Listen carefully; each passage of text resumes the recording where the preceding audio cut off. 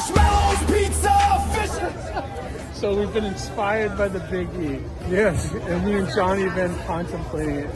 Everything here is on a stick. We saw salmon on a stick. We saw pickle on a stick. Meatballs on a stick. Meatball on a stick. There was marshmallow on a stick. Anything. So we were thinking, is it possible to put comics on a stick?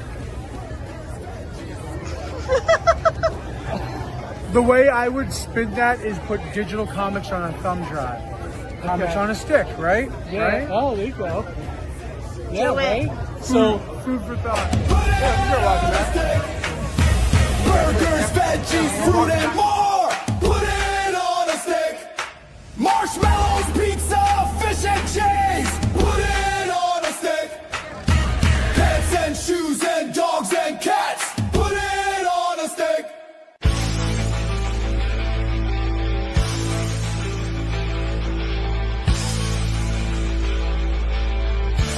Good night for a title change.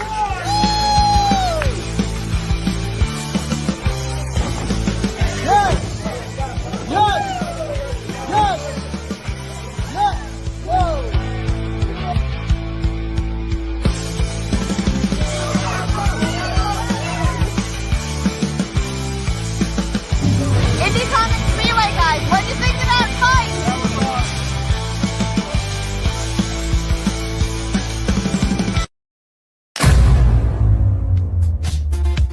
What if you found a piece of junk that turned out to be one of the most important items in this universe? And every universe. Meet Joey Swick, your average teen who's about to have his world turned upside down when he stumbles across a curious device in the local junkyard. A glove packed with mysterious and incredible powers. This isn't just any gauntlet. It belongs to the Dimensioneers, a group of godlike beings who control the fabric of reality. Joey and his best friend Monty are thrust into a wild adventure, facing off against the brutal Commander Skullguard, who'll stop at nothing to reclaim his lost property. Will Joey master the Gauntlet's powers in time and survive? Kid Switch is a story about friendship, discovery, and embracing the unexpected. Perfect for readers young and old who love sci-fi, action, and a good dose of slice of life. Your pledges will help fund the artwork, printing, and production of Kid Switch issues 1 and 2. By backing Kid Switch, you're not just getting an awesome comic, you're joining Joey and Monty on an adventure that spans dimensions. Let's make Kid Switch issues 1 and 2 a reality.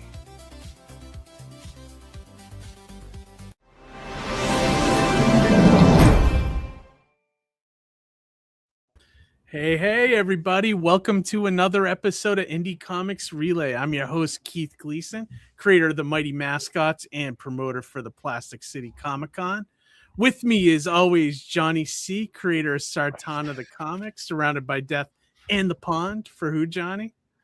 My good cousin Roger Morocco. Awesome. And our third co-host, the Time Lord of Tangents himself, Harry G. What's going on, Hey, everybody. fella? What's How's it going on, going? guys? We're Not too finally comfortably back into our normal bi-weekly schedule now. So hopefully that doesn't derail for any time soon. You know? Yeah, that's for sure. You know, it's good to have that buffer time. Yeah, It does it really a lot is. more for the show for us to be on less than it is more. Yeah, absolutely. And I've been experimenting a little bit with the Mondays that we're off with like shorts for YouTube, and some success with it. Like I think I was telling you, Johnny, last week, like this StreamYard that we use, they have an option after you do your live stream where you can take the whole live stream and it will try to find like clips from the whole episode. And it gave me one of when we were talking about the worst sodas, about Moxie and stuff. So I put that up on the channel and it got like 1,000 views, which was crazy. Like we just must have hit the algorithm at the right time or something, you know? Yeah, I guess AI is good for something after all. Seriously. I remember one soda called Resurrect. You guys ever have that or heard of it? What is it called? Resurrect. What is it called? It's called Resurrect. I think it was like, I mean, it might have been No. discontinued because like maybe like 10 years ago, my friend Bonnie, Bonnie Gibson, Keith, we used to work with her. She's kind of a lunatic. And she's like, Harry, try Allegedly. try this. Yeah. Let's not slander people on the live stream. She's a good friend of mine, but she's like the female Nelson from The Simpsons. She's like I walked in one day and I had a coffee in my hand. Like, oh, Harry, what's that? And she like smacks the coffee out of my hand, like, and it spilled over the floor. Like, oh my god, thanks. Like, and then now it's like a huge mess in the hallway.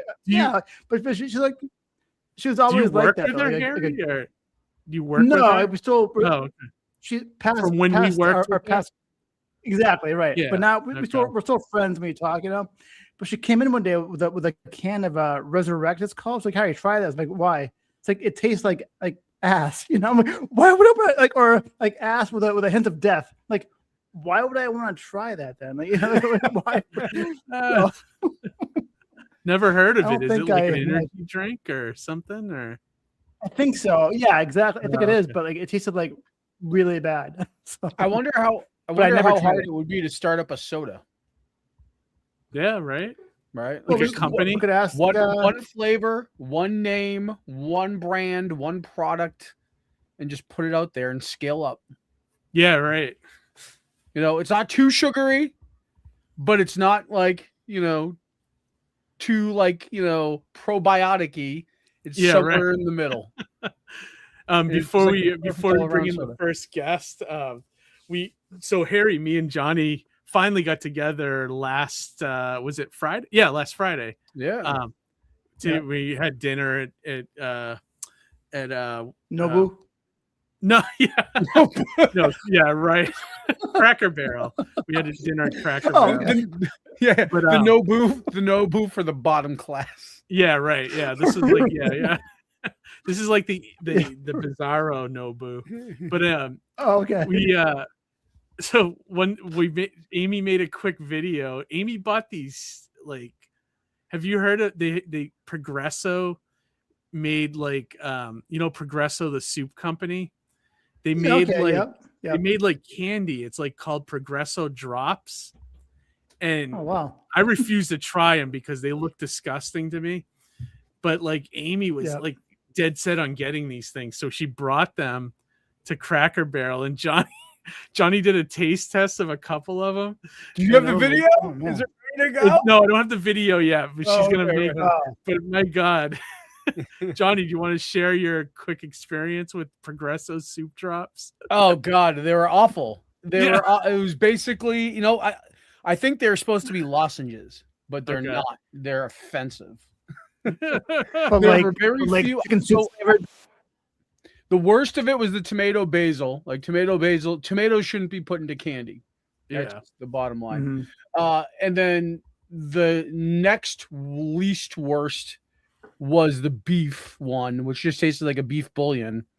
And then the most palatable was the chicken one, chicken broth, which kind of tasted a little bit like chicken and waffles. So that one was a little bit more palatable, but the rest were it was all just trash. Yeah, they were really So bad. where'd you find this? Like, where'd you guys? So Amy paid they some do exorbitant- limited, like, drops of it, like so you have to get them at like they're limited, so like you have to get them when they they drop them for a short time or whatever. Hang on, I'm trying to find the short about them from Saturday Night Live. It was pretty funny. But so yeah, basically Amy paid the reseller value just to get them, just to kind of scratch the itch of wanting to try them. And sure enough, they were bad. They were bad. So somebody poisoned the candy. The candy's no good. Sorry, I missed it. Oh no, you're not sorry. I took that bullet for you. Yeah, right. Let me play this for you guys. You're gonna Yeah, let's kick check out of this it. out. It's From just Saturday a Night quick- Live. Yeah, it's just a quick short, and then we'll bring in the first guest. Sounds good. But this just sums up the entire Progresso soup thing. Hang on. All right, here we go. Here we go. Introducing a new soup-flavored hard candy called Soup Drops. Soup Drops are the brainchild of Progresso's new CEO, a deranged, toothless hobo. 100%. 100%. 100%. I would say that trying those candies was like it tasted something like if a hobo offered me candy on the street, it would probably taste like that. Oh, okay. So that's Yeah, pretty just Like accurate. unwrapped in his pocket. Yeah. Unwrapped, like So- kind of dirty, like So tastes a little bit like gasoline. How long?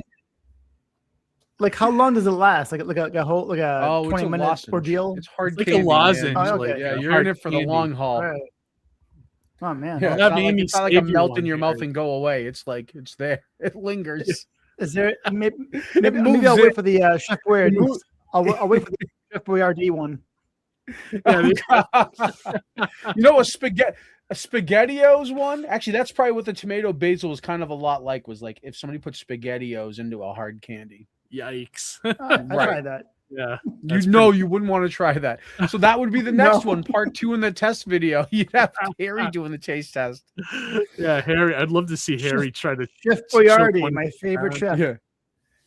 My favorite chef. Yeah, you know what you do is you have 3 cups, right? You have one that has nothing, one that has a soup drop, and one that has $1 million. And you have to guess which one's which. And if you get the soup Right. drop, you have to eat You it. have to eat it. Awesome. All right. Well, so our first guest, I see him in the green room here, who's been on the show before, Jeff Haase. He's got a new Kickstarter, but also he's got a great podcast too, where he interviews creatives and actual TV and movie stars too, called Traversing Oh, wow, the cool. Stars. Yeah, so I've known Jeff for years too, so it's cool that he's come back on the show. So without Yeah. further ado, let's bring Jeff into the show. Jeff, Hello. How how's are it you? going? Good, Hey, very Jeff, well. Good to see you guys. welcome back. Thank you Yeah, so much Happy for New Year, being here. man. It's been a minute. Yeah, I know it's been a minute. Yeah, how you been, man? Oh, I'm doing very well. I'm a teacher now, a special educator at a junior high school. So I've been doing that Are you for a few really? years now. Yeah, congrats. special education English teacher at a junior high charter school. Oh, nice. Cool, very nice. How long have you been Very teaching? cool. Oh God, this has now been my 13th year, and I still have all my color, so my hair. So I'm doing Oh, good nice. so far. Congrats, man. What do you Thank you so what do much. you teach? What do you primarily teach? Oh, it's ELA, but specifically special educators. So the kids with IEPs and stuff, I usually either work with them in school or I pull them out to small groups, and then we go Oh, over like okay. main material. Like right now, we're doing Claudette Coven, and we just finished Midsummer's Night's Dream. So yeah, Oh, cool. it's That's pretty awesome. fun. You get used to junior high kids after a while. Right. Yeah. No, that's cool, dude. Are you so have you tried to introduce comics into the curriculum? at all? Let's see. In November, Jeffrey Thorne, the comic book writer, he zoomed in with my kids and he Oh, took yeah. questions from my students. So I've done that a few times with them. And during the summer school, we had Gene. What's the name of it? Gene. I can't remember the name of the guy. He's doing Teenage Mutant Ninja Turtles right now.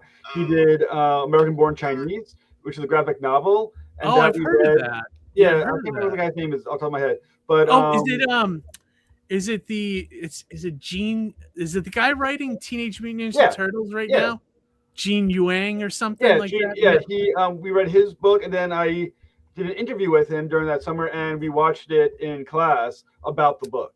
So Oh, and very I'm cool. trying to put together the best I can.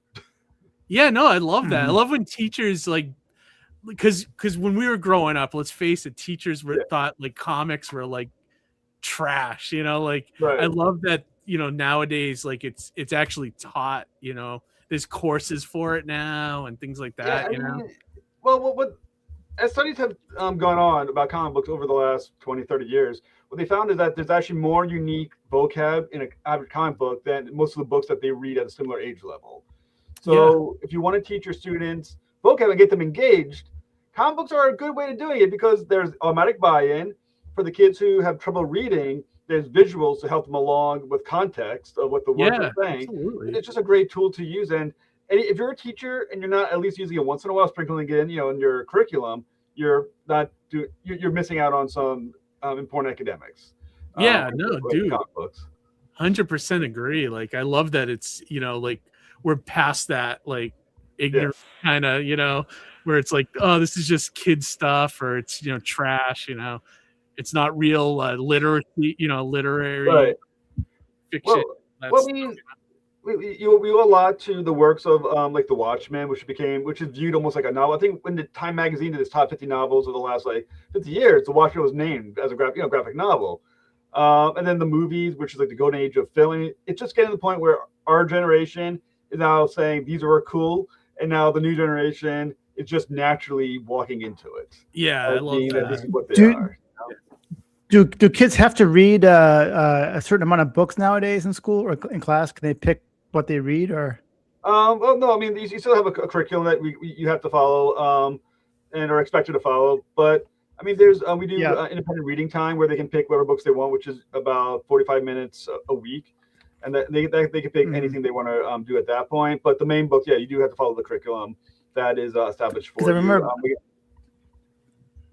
Go ahead. No, I remember back in the day, I was in an English class or a language arts class, whatever, and you can pick any book you want to read as long as you read like 5 books a month. So I picked a bunch of pick your own ending books. It's like, oh my god, Harry, you read like 8 books. I'm like, yeah, no, they basically like 2-3 pages and it was done. The book just keeps giving. I mean, so you got your independent reading time books where you definitely can do that. And there's kids who do have graphic novels. I've donated a few duplicates that I've had to the school. There's Batman comic books, stuff like that. A couple of comic books that a teacher's brought in from manga, and they're like, here, and I'm looking for, like, oh shit. Right. Maybe we should look at the books before you hand them to the kids. Yeah, right. Especially manga, you never know. It's I got this book Berserk for my teacher. Because of the way the cartoons look, the images look, they just assume their young audience. And then I was teaching 7th grade for the first time last year, and I was flipping through the books. I'm like, oh, it's anime. Let me flip through. Like, oh, maybe you should take this off the shelf. Amazing. Yeah. So, dude, you're working there full time, and then you're still doing your podcast too, and then making comics on the side. My God, it's a full schedule. So I'm a teacher, comic book publicist, comic book writer, podcaster.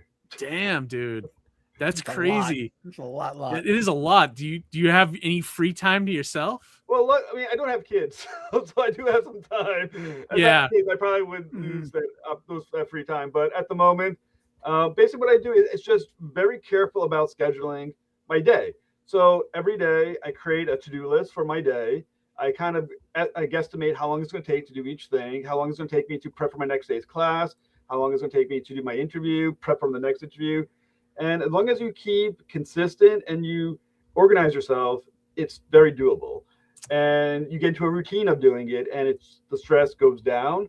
But I mean, obviously sometimes, you're like, well, I know next week or this month I'm going to have these couple of things to do. So maybe I don't want to schedule 12 interviews that month. Maybe, back off. Maybe do like this Kickstarter I'm only going to do 8 new interviews that month because I can't do that and promote the Kickstarter and beyond the shows and do everything else. So it's just, it's a lot about organization and mindset. Yeah. I actually am starting to come around to your way of doing things too. Cause I set a day aside where it's like, this is the day I'm going to do YouTube stuff. Then the next day I'm like, okay, this is when I'm going to do Plastic City stuff. And then, and then the next day is like lettering stuff, so, and then sometimes it jumbles it depending on how quick things are needed and stuff like that, but I mean, it's tough. I mean, if you want to do something, in any field, you got to focus yourself and get yourself, in a mindset that this is my routine. And once you do it every day, it becomes easier because you become more efficient at it.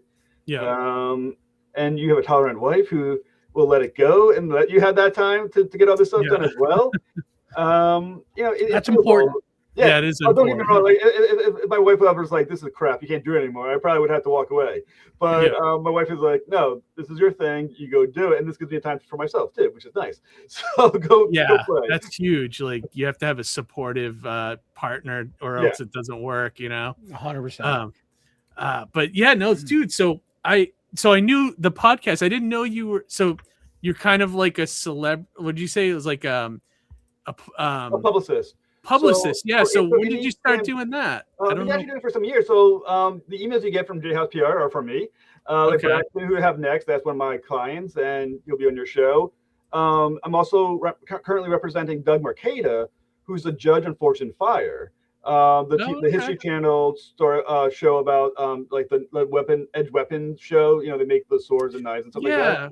Were we trying to get him on here? I thought we did schedule that one for. Yeah, let me see. Let me just double check while we're talking. I think we did. Yeah, so I love that weapon. Yes, is that the guy that says like this weapon will kill? Yeah, that's the guy. And okay, cool. Yeah, in February 16th, he launches his book Lineage trade paperback. Yeah, he's coming on in early March, Harry. He's going to be on our show in March. Oh, cool. Very cool. Awesome. I used to talk about that guy all the time with my friend Kim. Like that guy's awesome. Like he takes like a pig and like slices it in half with whatever weapon the contestants make on that show. I'm like, this weapon will kill. I love that. How cool that guy. I even bought. I was looking for a new knife for my kitchen, and I went to like Walmart down the street here, and I got a Forge and Fire knife. It's pretty awesome, actually. Yeah, I mean, the guy bought his book. It looks awesome. It's called Lineage, and it'll be, like I said, on February 16th. It launches on Kickstarter for 30 days. And yeah, so I get to represent him. I've been doing this for a few years. I think I probably helped somewhere between 40 and 50 campaigns reach their goal since I've been doing this. Oh, wow. And people, I don't advertise, so they just come to me and they're like, "Hey, I heard of you. Can you promote me?" And I'll take it. And usually I do about 2 or 3 people a month. Oh, that's cool. Oh, wow. So what do you do? So you basically help them get their goal, but you also get the word out that they're doing right. something. So I schedule interviews, ideally somewhere between 20 and 30 within the time frame of the Kickstarter, a little before, a little during. I create a press release. I post to news websites for comic books. I promote through social media, and I post usually 3 times a week for their products. I do that. I'll advise them on the campaign. When I look at like, hey, you need something here, here, here, and here. Like Doug hasn't done a lot of these kind of Kickstarter type interviews. Because usually if he does an interview about the shows or his his background, it's not usually about his comic, but so he'll be like, hey, when you're talking about your comic book, these are the points you need to hit. Make sure you're talking about this, this, and this. Things of that nature. So I do advise as well. And so far, everyone, I think I've only like 2 clients ever missed their goal with me. But out of like 50, that's not a bad percentage. If I was based that's not bad at all, dude. The whole thing. Good, man. That's actually very good. Like, wow, that's cool. So did that happen just by someone reaching out to you one day and you're like, all right, I'll do this? So long story short, so I used to do the other podcast. I think you remember the other podcast I used to do. And I'm their public relations. I get the guests, right? I'm the one who finds the guests to come on the show. And one of the people on the show was like, hey, if you can get guests, can you get people on other shows? And I was like, that sounds the same. And they're like, well, we'll pay you to do it. And I was like, that's the magic word. And I did it. And then it just kind of started snowballing to more people going, hey, that worked for them. Can you do me? And then it just snowballed until now, like I said, now people regularly knock on my door like, hey, I need, some publicists for 6 weeks from now. Can you do this? And I'll, jump on, help them out, get them their goal. Usually, I'll show up on their, launch party. I'll make sure I'm, on there to support them, stuff like that. I make sure I'm wherever they're doing a live show to help them out and, cheerlead for them. And that's so cool. So far, so good. Yeah. And you, all the people pay you to do this, correct? Yeah. I do for pay. I'm a nice guy. Yeah, right.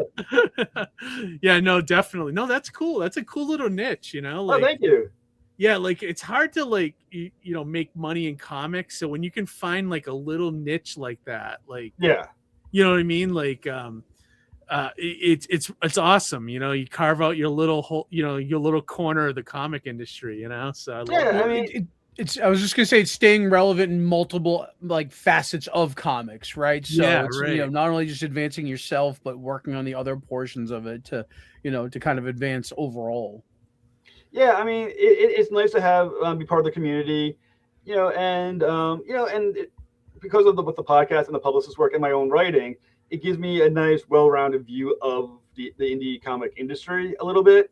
And hopefully, it gives me a little bit of a name, and so when I do something like promote my own comic, I'll be like, hey, you know me from this, I'm legit.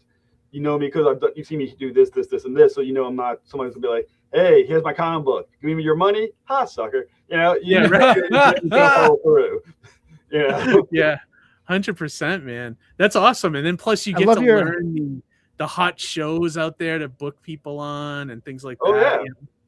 I love that. I mean, I can watch. I follow. I mean, not even on purpose, but you follow the trends of the indie world, which is you see podcasts come and go. So you kind of follow that, track that a little bit. You track like how these are actually functioning, these shows, stuff like that. I get some interest perspectives of the indie world because of what I do, and I see it from all angles. Nice. Any plans to do any conventions this year, or because I haven't seen you in the con scene in a while either? I mean, I haven't done a lot of them. For one, they're really expensive. A lot of them. There's a few. I find like a lot of the ones in the industry, like locally, they're either like Terrificon, which are like $400 tables, Royal Comic Con, $400 tables, and that's a lot of money. Or you get a few that are like, there was a one locally. There was like a card, like a comic book and card show locally. I was like, all right, $50, I'll do it. But it was like a ghost town. It's hard to find that middle. Like Plastic City is a great example of a great show that we've done several times. I think me and my father, we were on it like 4 times to Plastic City Comic Con. And there's so few that are in that nice middle range. They're either so small that no one gives a damn, or so big that they're busy, but at $450 a table, you're gonna what's $5 a comic book? You're now selling that's 90 books. Right. So it's hard to find that nice niche comic book convention that's worth going to, that's not so expensive, but at the same time it's close enough as well. I mean, I don't want to drive 2 hours for a comic book convention anymore. I'm 46. I'm not doing that anymore. I hear you. Like I'm pulling back a bunch of shows this year, I think, because I was doing a lot and I was also doing it to supplement my income a little bit. But now like my lettering work is so busy right now that I just I'd rather have that time rather than going to a show and taking a crapshoot whether you're going to make money. Whereas lettering is kind of like a guaranteed, Right. I mean, so many times when I'm on in a comic book convention, I mean, your goal is you're worried about like, am I going to make my table? Yeah, but right. What you think about it is like, even if you made your table, let's say $90, $100, $150, your comic books cost this X much to make. So you can't make your goal can't be your table. It's be your table plus X amount of dollars to make it worthwhile. And that's tough. And the economy is kind of tough right now. So I mean, I probably do 1, maybe 2 conventions a year to promote Malek 3 when it comes out. And speaking of lettering, thank you. You're gonna be part of it for lettering. Oh, and by the way, just I don't know, it's not like a exclusive, but announcement. Nightmare Patrol issues 5 to 12 are being completed within the next year. So we're gonna need a letter for that too. Oh wow! Okay, yeah, perfect. Is Frankie coming back? Frankie actually is too busy. He's doing was it Cowboys and that's right. He's still doing that. So he's busy on that. So we're gonna have another artist on board. Okay. But it'll be the same artist for issues 5 through 12. And like I said, we're gonna probably do Kickstarters, and the goal I think is within a year and a half. Oh, good. I'm glad you're bringing that back. That's a great concept. Yeah. He has So Johnny and Harry has a comic called Nightmare Patrol. The Nightmare Patrol. It's like, what if it's like Creature Commandos in a way. It's like all these classic monsters as a superhero team. It's like it's really cool stuff. Cool. Yeah. Like Monster Squad by way of the Avengers or something. Yeah. Cool. Cool takes on the characters too. Yeah, and I get to work on with my father, who got me into comic books. So it's kind of little like father-son comic book thing going on. So it's kind of fun. Nice. And he goes on the conventions with me when I do go on a convention. So I'm not sitting there by myself at a table, looking weird. I'm usually having a conversation, looking weird, probably doing that, but whatever. But no, it's Nightmare Patrol. I'm kind of excited about. That'll be the third. So I'm going to do Malek 3. then End of All Terminus 3, and then Nightmare Patrol 5, and then we're gonna probably alternate between that and the other comics as well over the next year. That's awesome. So you're upping production this year. That's awesome. Yeah, I guess technically I'm going to be my own publishing company a little bit. Yeah. With, at least 3 different titles. Yeah, hell yeah. Why not, man? That's and then I just got, I just signed on with the new distributor there, that Filbo. Yeah, you should look into that once you have enough issues in the can, Yeah, I know a bit about him. I do some publicist work because once again, it's nice to be in the industry a little bit with a new company called Homebrew Comics. And they're friends with the guy who owns Filbo Publishing, so I got to meet the guy a little bit and learn a little bit about. But it sounds like he's got it going on. I mean, he's everywhere now. Every time I hear about comics, like Filbo distribution, I was like, he's growing fast. He is, and I can't talk about it because I signed an NDA, but he has some cool stuff in the works, like that if they hit, he's gonna be as major as Lunar and Penguin Random House. Well, it's neat. I mean, once Diamond fell, that's a hell of a vacuum left in the industry. And I'm not an expert on the industry, but I do wonder, does it make sense to have one distributor like Diamond used to be, who's hopefully competent? And if something that's Filbo, that'd be fantastic. But it's kind of helpful for comic stores to have the one distributor they can just go to and get all their stuff. And hopefully it's true, Filbo. Like, because I work at a store now, and it's like you don't know so Penguin Random House is Marvel, and Lunar DC, but then like some of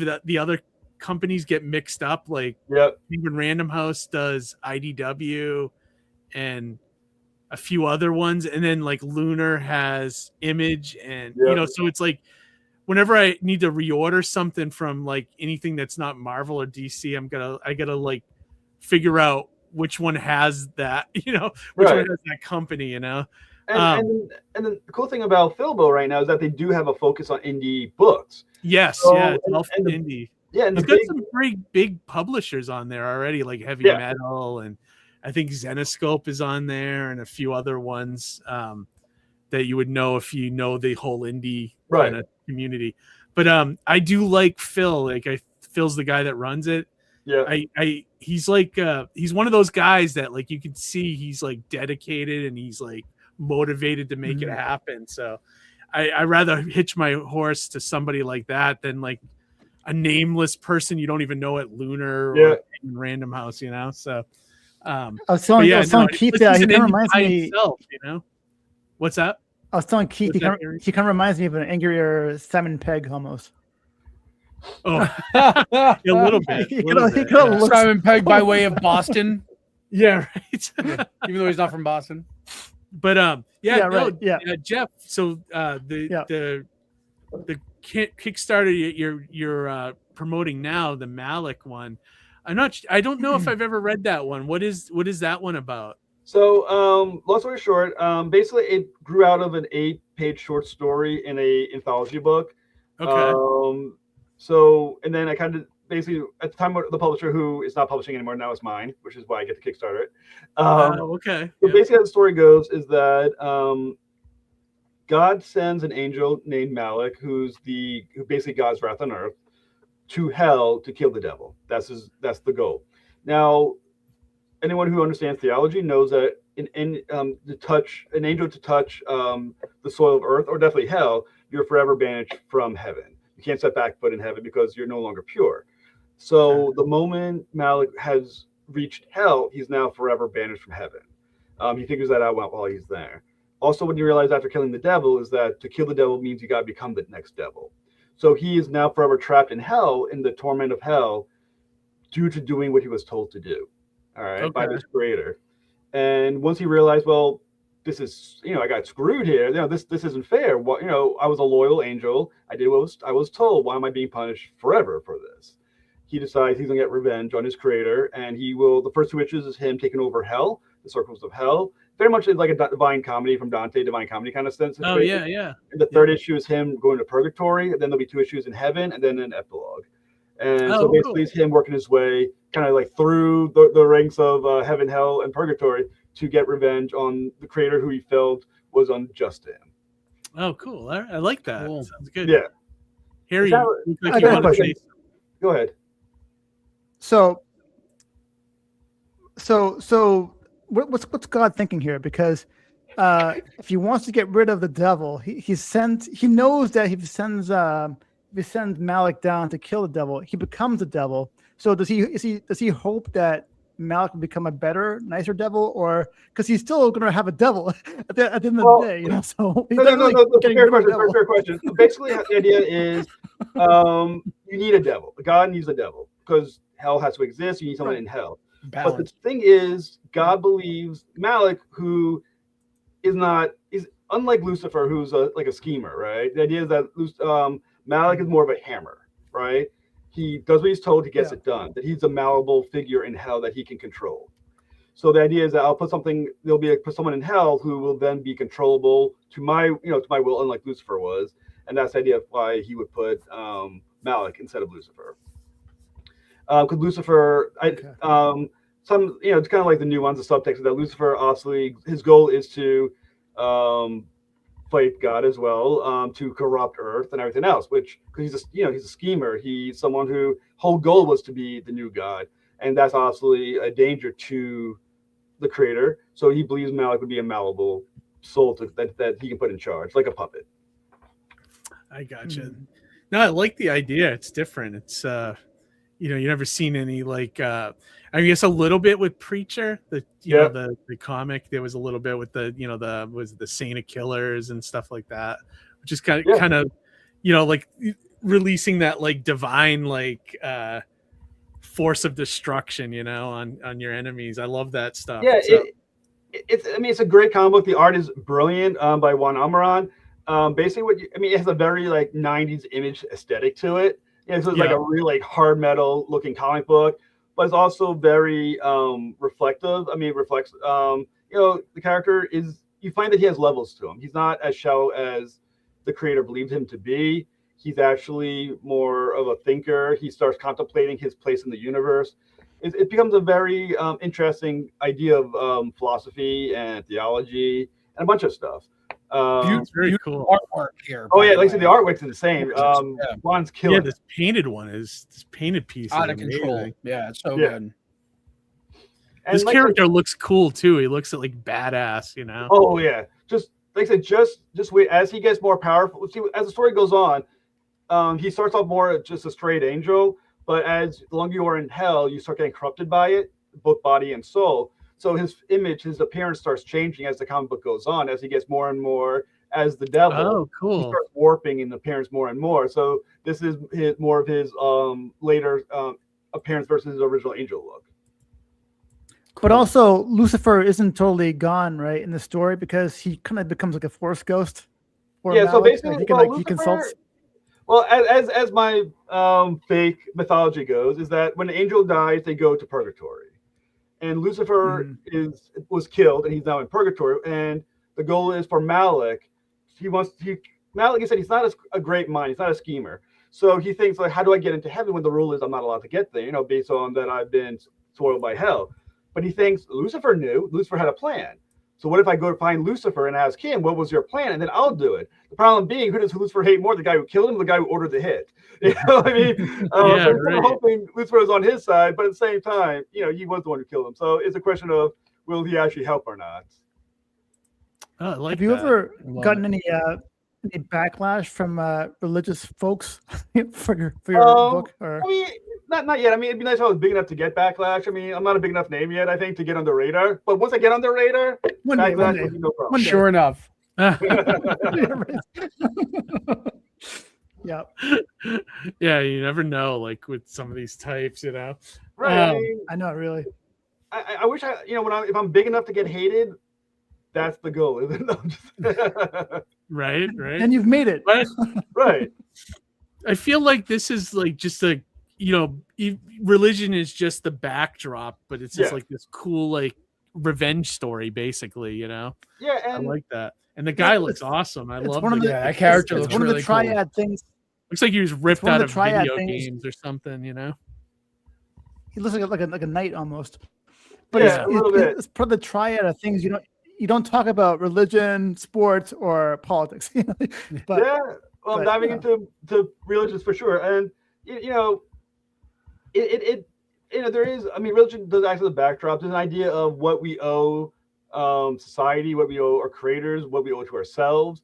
And honestly, God can be a symbol for many things, parents, it can be institutions, whatever it is that kind of we feel is above us or can control, or we owe something, we may owe something to, as you can represent that. And that's kind of what Malek is. It's what do we as people owe those who we have a responsibility to, either because from being a creator or being something who helped us in some level, or maybe hired us, or whatever it is. What do we owe? What do we owe to ourselves? And Malek is very much a view of what we owe ourselves, and what his goal is. We owe basically what makes us happy, what we feel we deserve as individuals, and our agency. And that's kind of where Malek falls. So, and like I said, so I borrowed a lot from Dante's Divine Comedy. And some other religious texts as well. So once you get into these levels and these circles of hell and then purgatory and heaven, visually these are awesome. The artist is killing it. It's so, it's like if you love fantasy, even if you don't love really, but you just love fantasy and horror, the scope is amazing. You should see some of the images he has from purgatory. I looked at it, I was like, oh my God. I was like, before anyone discovers you, get this book done. I have a working title for one of your future books because he's caught between heaven and hell. So maybe it could be Malek in the middle. Yeah, if you want to write the spin-off, go right ahead. After life is unfair. Life is unfair, right? How much of our lives are in a situation where we don't feel like we deserve to have been in that situation? We're like, why did this suck for me? I didn't deserve that. That's not fair. And it's kind of, Malek feels some way. Every day of my life. Bullshit. Yeah, your artist. Where did you find him? He's really good, dude. I didn't. So the original publisher who basically quit publishing due to, I guess, depression or whatever the hell her problem is, found this person. I imagine it was on somewhere on social media, and outside Juan Amaran's from outside the country, but found him. And when I reached back, I was like, hey, what's going on with issue 3? And she's like, well, I'm not doing this anymore. I'm just kind of sitting on a couch depressed forever because of Trump, apparently. And I was like, okay, well, I don't want to quit. And she's like, it's yours. Do what you want with it. And she gave me the name of the artist. We got back in touch. I was like, hey, do you want money? Money for pages? And he's like, yes. And I was like, well, let's get this thing done. And he's on board. Awesome. I found my letter and Keith over here. The colorist is called Astor Design and Illustration. She's going to do the coloring for this book, and she's awesome. She's done the first 10. Basically, all the pages are drawn and pencil and ink. That's all done. It's 36 pages long. The first 10 pages are colored, not lettered yet, but the first 10 pages are colored. So basically, the Kickstarter is going to cover the rest of the coloring, the lettering, and the printing. Yeah, and you were saying probably start lettering maybe sometime in February or something, right? It's going to be soon because, like I said, once this is done, all the pages, like I said, the main pages are all drawn. The coloring, she told me she'll probably could get the next 20 pages done in probably about 4 or 5 weeks. Do you have do you have digital copies of the first 2 issues as well? I might have you send them to me just so I can see what the letterer was doing on those first 2 issues and kind of I would either keep it the same or close, better, do it better. The letterer actually was the publisher, so if you want to do better lettering, I'm on board for that as well. She wasn't professional, but yeah, it's going to happen soon. My goal is once the Kickstarter is over, which will be the first couple of days of March, I want to have these out and shipped hopefully by the end of April, maybe beginning of May. So the turnover is going to have to be pretty fast. But like I said, the goal is $800. I told everyone, and I'll tell you now, if it gets funded in the first 24 hours, everyone gets a free 8-page mini comic tie-in of the book. That connects to the book. It's already done, so I just have to connect it. So we'll do that. It's 36 pages, $800. I think this is doable. I think people, once they see the campaign, they'll be like, this looks amazing. The story is going to be as strong. And I mean, support. But in this economy, I get it. But at the same time, I think it's gonna be worth $8 for the issue and $5 for shipping. Yeah, that's not bad at all. No. Honestly, that's a steal, dude. For 36 pages, that's awesome. I like it. I think 800 is doable easily. I'm hoping I can do it in 24 hours, and then, like you said, mini comic. That'd be cool. Yeah, that's a great little incentive to do it. That's so there's a storyline that's brought up in issue 4 with a character called Anik, A-N-A-K, and his story is made of 3 miniseries of 8 pages, but ties into Malek in around issue 4. So the first issue, the first short has already been done, completed. So I would repurpose that into an 8-page mini comic, and there it is. Like I said, that's by the same artist, Juan Amaran. The art is really good as well, and the story is top notch. So yeah, let's get this done in 24 hours, guys. Yeah, watch it tomorrow. I can't wait. Like I'm looking forward to lettering it. It looks great. Looks like something I can sink my teeth into. Well, I'm excited to have you letter. I enjoy what you do with Nightmare Patrol, so it's great to have you back on board. Yeah, and I'm a million times better than when I was doing the Nightmare Patrol too. Not that was bad, but like I've become better as a letterer over the years. You've honed your skills. Yeah, I feel like I'm a professional level now. Like I could, work for a major company.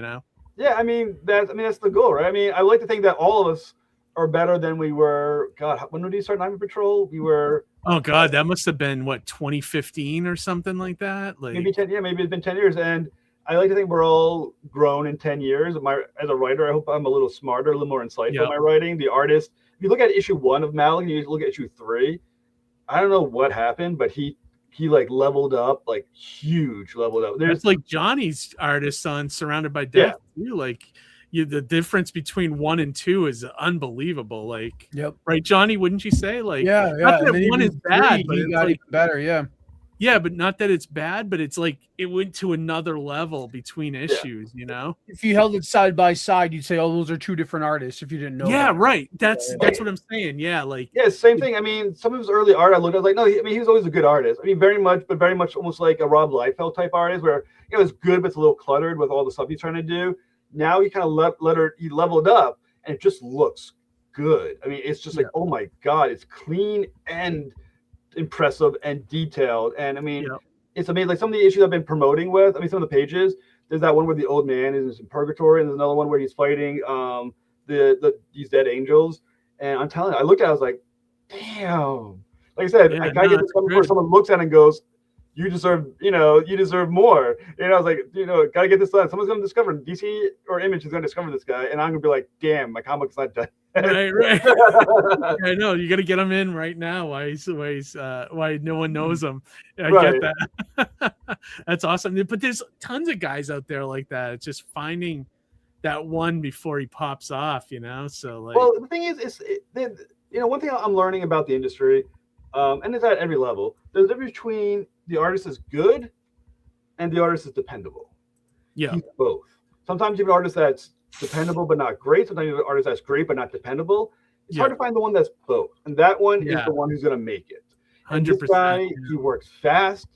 And he's also, what I like most about him is that I can tell him, no, like, that's not working for me, and he'll be like, cool. How about this, or this? And he'll give me like 3 options. I was like, damn, okay. And he works with you, and that's hard to find. Most artists, not most, but a lot of artists, when you say something that's like, hey, can you fix this? They'll be like, ooh, they get all angry in their feelings about it. He's like, yeah, I got it. That's my job. How about this? And you're like, like, especially if I'm working with somebody new, like the first thing I do is I have them send me, before they even ink, I just want to see the pencils. I just want to make sure that, the storytelling is there, like, but once I approve that, go nuts with it, but I just want to save that headache for when I get a finished page and it's wrong, like, so I try to do that with most of the artists. That way we catch that mistake early on before they actually do a lot of work on it, because I get it. Like, once they work on it, you're like, and you want to change it, and it's like, oh God, this guy's never going to want to work with me again. You know? Oh, yeah. But I think the artists that are going to be the ones that truly do make it and are worth it are the ones who are like, you know, you're paying me and you said you want something more like this. All right, let me try it this way. And you're like, right. The guy who you trust and is dependable, and you can feel that this is now what you want. Because I've had a few issues. The first time in Patrol, maybe there's a couple of pages where I was just like, yeah, but you don't want to upset the artist. You're just like, all right, just send it through. Yeah. But it's nice to have an artist where you don't feel bad about that. You're just like, hey, do this. And you guys like, cool. We're a team. This, you know, my reputation is on the line too for your comic book, right? I mean, yeah. But you learn too, like those early ones, you're like, oh, you kind of let things slide. But now that you do it a bunch of times, you're like, now you're like, you have a standard for yourself. Right. You know? Yeah, exactly. So I'm the same way. And that comes with making more and more comics, you know? Yeah. Like improving and getting better and tweaking your skills. And, you know, it's all that stuff, you know? And finding someone who is a teammate and not a mercenary. Yeah. Mercenaries are going to, you know, my job was to get this done in some amount of time. You're slowing me down. I'm going to get the hell out of here. You know, we want to like, right. The teammate is the one that goes, this is our book. You know, I'm invested, you're invested. Let's make the best book possible. And the intelligence about that is that when the book is done at that level of quality, that's when you get your next job. Because when my book is done, someone's like, hey, does anyone know a good artist? That guy. And then you get jobs that way. And then you get more money that way. And then you get your name. I mean, there is a long game that when played well and by doing the right thing pays off in the end. Yeah, 100%, man. I agree. And I was gonna say I lost my train of thought, but like but yeah, it was like something along those lines about like getting like once you find that guy and you can just help them go to another level. Yeah, it's awesome. And like and then one thing I was gonna say too is as a writer too, I've learned, because I used to be very controlling with like I would write my script. Yeah. But then I would also do my own breakdowns because I wanted to, like I wasn't confident in the writing to like convey it to the artist. So now I've kind of broken off of doing breakdowns and just have gone with my gut feeling on, you know, and seems to have paid off if you have the right artist with you, you know? Yeah, I agree. I mean, with Juan Amaran, you know, sometimes I will just say my script, make a cool demon. You know, it's like, right. You get to that. I trust you at this point. Just make it cool, because because the thing with artists, I mean, it might be a stereotype, but my view of artists are better visually than writers are. They have a better visual sense of things. So trust them. Hopefully, if it's someone you can trust, and be like, hey, make it cool. And they come back most of the time. They come back with something even better than you were thinking. Right. Yeah. So that's why I love that. Yeah. As long as they stay within the framework of the concept. Yeah. I'm cool with it. It's like, hey, this is, you know, I have an idea we're going to Purgatory. This is what I need, something that looks kind of cool and like something like this. Can you do it for me? And he does it. And you're like, good. That's better than what I had in mind, because you know you're visually stronger and you know what you are good at too. You're not going to be like, fine, I hear something I've never, you know, I'm not good at drawing, so here you go. Yeah, right. So this is my wheelhouse, you know. Awesome. Yeah, so let me share the link back in the chat here for people to check out. And if you guys are watching this tomorrow, the link for the Kickstarter will be in the description of the video. Right now, it's in the pre-launch page, so just sign up for the pre-launch. And when are you going live, Jeff? With this? On YouTube, there's a podcast called Myself and Comics. I'll be on it at 8 o'clock tomorrow, 8 p.m. Eastern time tomorrow. Okay. And sometime between 8 and 8:30. I don't know the exact time, because it'll be a little bit in the conversation when we're ready to launch. Will be when I hit the actual launch button live on air. And okay. Within 24 hours will be the clicker for the mini comic. But I hope people join and they watch and they back. Early backing does matter for algorithms and things. So anyone who, you know, I appreciate all the support. And like I said, I get money is tight. So even if you just want to get the digital copy, which is like $3, it's just the support that matters. So do it. Help me out. Do what you can, and let's get Malek 3 made so 4 can happen soon after. Well, I love it, man. And then please let everybody know about where your podcast is. If people want to take you up on your publicist, where to reach you, things like that, Okay, so first the podcast is Traversing the Stars podcast. Okay. It's on YouTube, and you can find it on Spotify and some other places as well, but primarily it's YouTube. We have a lot of guests, a lot of Star Trek. We just did a Star Trek press junket with the cast of Starfleet Academy. Oh, cool. We have some voice actors from Transformers coming up, from the 80s Transformers cartoon coming up. Yeah. Jeff Lemire to talk about his new Firestorm series coming out, and I got to Cool. I got preview the actual Firestorm issue. That's a so guy I cool. would love to have on this show, but I have no idea how to even get a hold of him. I'll talk to you off air. But so I got a lot of interesting guests. I got some cartoon voices actors as well from the 80s. I got some Josh Trujillo, who's doing Planet of the Apes and Fantastic Four, is going to be on in March. I mean, I got a lot of people coming on the Triumphs of the Stars podcast. So cool, dude. That's awesome. Publicist work. Find me on Facebook under my name, same as it is on here. You can also email me at jhaaspr@gmail.com and let me know what you're looking at. The only thing I usually will say is that I keep away from Comicsgate stuff. So if you're Comicsgate, I'm not going to get involved in that.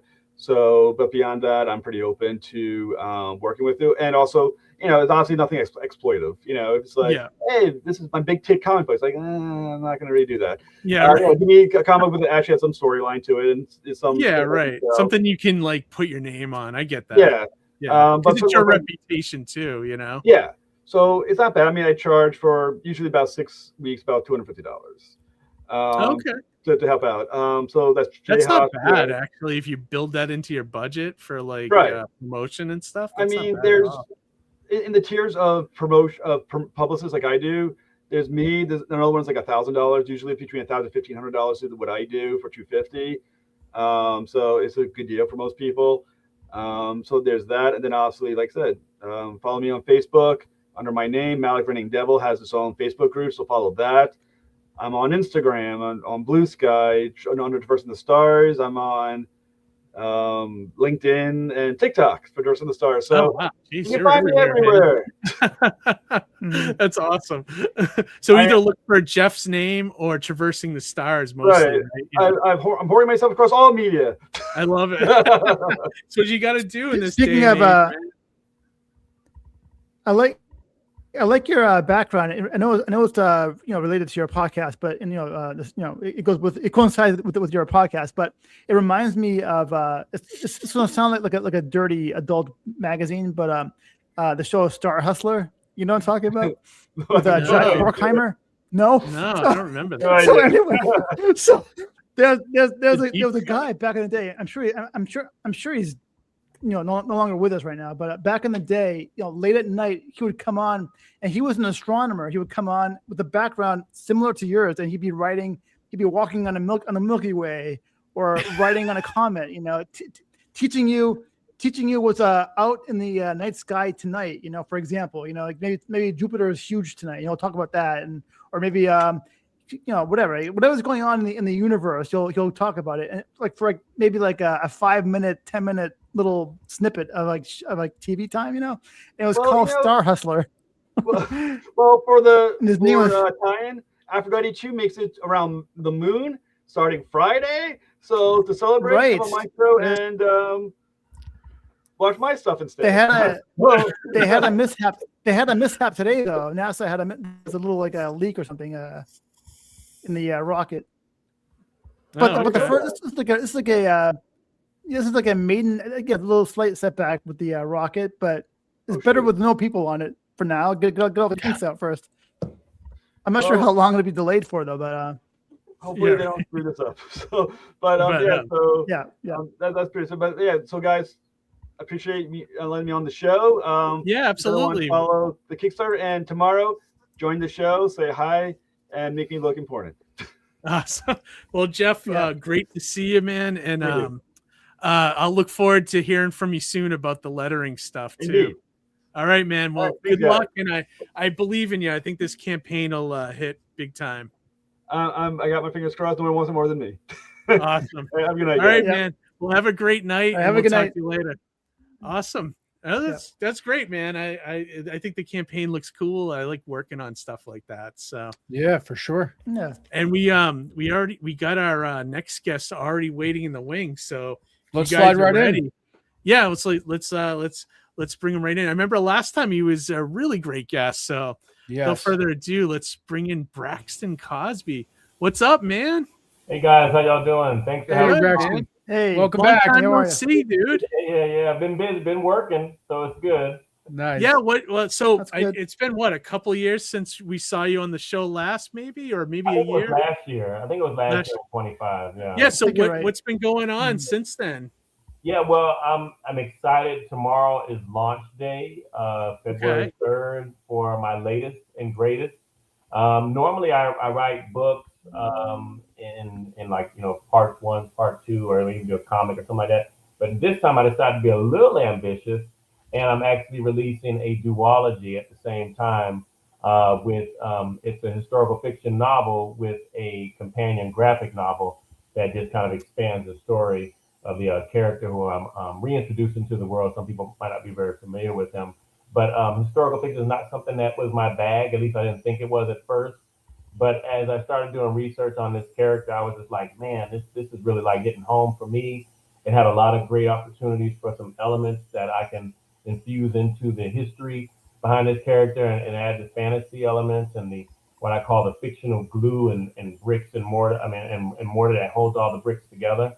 And it came out really nice. And I decided to kind of push past all the information that I had collected and researched about this character and actually create a full fantasy graphic novel that really just kind of expands on what happened to him after his disappearance. So I think it came out really, really cool. Got some early reviews on the novel so far, so I'm excited about that. And we're just ready to push, Black History Month, 2026. We're jumping right on in feet first, and I just can't wait till people actually get their hands on the copies of the novel and the graphic novel, because I think it's one of my best. My goal always in writing is to write my next favorite story. So with this being book 21, I was like, hey, you know what? Wow. We're going to do it. And I feel like I accomplished that. So I'm just excited for people to get a chance to read it. That's awesome. So what you're saying is this is your favorite book right here. This is my new favorite book right now. Okay, good. Nice. Very nice. That's where we are right now. I really like the presentation of it being a duology where you have a comic as well as a novel accompanying together. Like real cool that you can automatically right out the gate, oh, I finished the book, now I have this novel I can read, or vice versa. I mean, it makes me think about like, back in the day, we didn't have on demand, we didn't have access to stuff, right? So when I would watch, like if I would miss an episode of X-Men on TV, the cartoon, I would go to the comic shop and get X-Men Adventures so I could revisit that episode one way or another. But it was a way for me to be able to expand and keep reading something, right? It's really cool that you're giving people right there, right off the bat, that duology, the two things right there, ready to go. And I was going to say, for people who might not be familiar, can you kind of give the elevator pitch to the character, bring us on board for the project? Yeah, and actually what I'll do, go a little bit further too, is to talk about Cosby Media Productions and what we do. We're a small press publisher down here in Atlanta. We've been publishing since 2014. We create worlds. We have our own superhero universe. We have our own fantasy realms. We have all these things, and we really want people to come on board and just kind of pick something, because somewhere along the line we feel like the stories connect. That's why we started our own comic imprint, Star Child Comics, because it expands on the stories that we were already telling in our novels.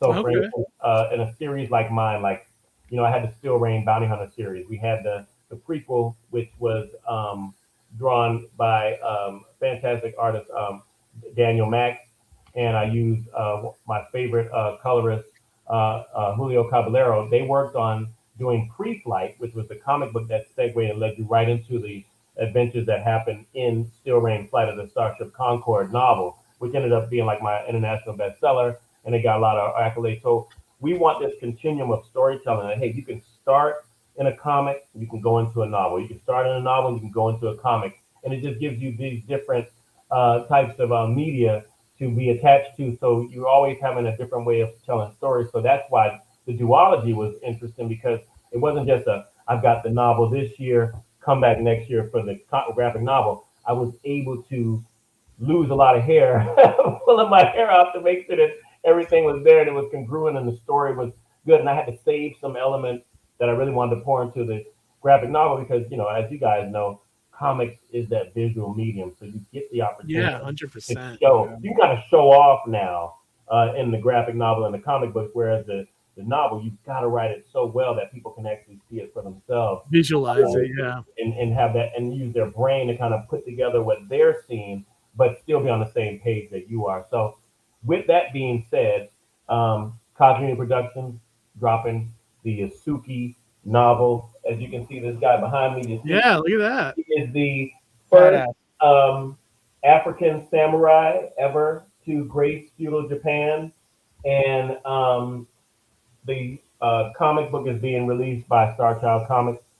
I am a huge fan of Asian culture. So Okay. I've always relished wanting to kind of dive in and not just partake in their stories. I mean, I don't know where you guys are in the age bracket, but I remember Samurai Sunday growing up as a kid.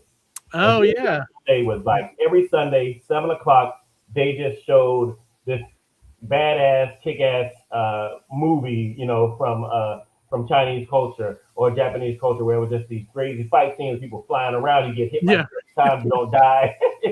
So I love that stuff. So I was like, man, if I could get an opportunity to write something like that, how amazing would that be? But even more so, just kind of diving into this amazing world of feudal Japan and what was going on with it. I did a lot of research on the culture of that time. What was the economy like? What was the religion like? What were the sects like? Who was controlling what? Who were the emperors? Who were the lords? Who were the shoguns? And so the more I dove into that, I was like, oh my God, this is like being handed to me. All I've got to do now is just kind of connect things. And the mystery behind Yasuke was that all we know is that he was this slave taken from the Sudan. He arrives in Japan and eventually he becomes a samurai. Well, how does that happen? I mean, what are the elements? What are the components of that type of a story? Because there's a great story there, but I wanted to be respectful to the history and the historical events. Yeah, you wanted to make it work within the real. Absolutely. Yeah. He is the original Afro samurai. Absolutely. So yeah, what a great. dope. Speaking of great fusion, like two things. Yeah, So, that anime is was he- amazing. Was he not only the first African samurai or the first foreign samurai, right, to be welcomed into the samurai world? Is that you might be right on both fronts on that. Yeah, I know for sure he was the first African one, but Japanese, they really protect their culture. So I had to press into that, and I ended up getting it reviewed by quite a few media outlets. And one of the people really caught what I wanted. And as a writer, it's great when you put these things in, you're like, please, somebody pick up on this. And the person said, like, the payoffs felt earned, like he didn't just walk in there like, oh, you're big and strong, please save us. There's none of that, There was this kind of this fish out of water story, and he had to earn his right to finally wear that armor, and he was drugged, he was beat up, he was beaten down emotionally, physically, and then it what were the pieces that would make this story feel like, okay, as an audience, I get it. I get why he eventually was elevated to that status. So I really worked hard to bring that together. And so when I saw the reviewer got it, I was like, thank God. Now I can definitely let other people see this and become a part of Yasuke's world. Nice. That's very cool. Yeah, You gave me a link too. Let me bring this up so that we can show people. Is it available now, or are you launching tomorrow? Tomorrow. Wow, we're on the an hour and 26 minutes. You can grab it. Right on. Yeah. So, are you doing any kind of crowdfunding, Braxton? No, is it just? We ended up getting this one done on our own. So I didn't want to delay it. I wanted to get this out in Black History Month. I worked with a fantastic artist that we used before, named Eliza Olamide, and she worked on our AMVK series, African Ninja Vampire Killers. and she's out of Nigeria. So it only seemed right, as I'm talking about this African samurai, to kind of use her to create. Honestly, as you can see, the art style, it's basically a black manga. Yeah, it's really cool. And that's what I wanted to make sure we brought out. The big heavy sword, which is called the basag in the story, which is basically the big ass sword and gun. I love it. Yes. So love that. I figured we could have a little fun. Like I said, I wanted to have this opportunity to kind of capture that Samurai Sunday feel with these characters flying around and fighting. And then, when you give me a graphic novel, I can do that. This here is like almost like a side story of Yasuke, where in the novel I kind of hint at some of the fantastical elements of the fantasy behind it. Okay. And there's a story that's introduced.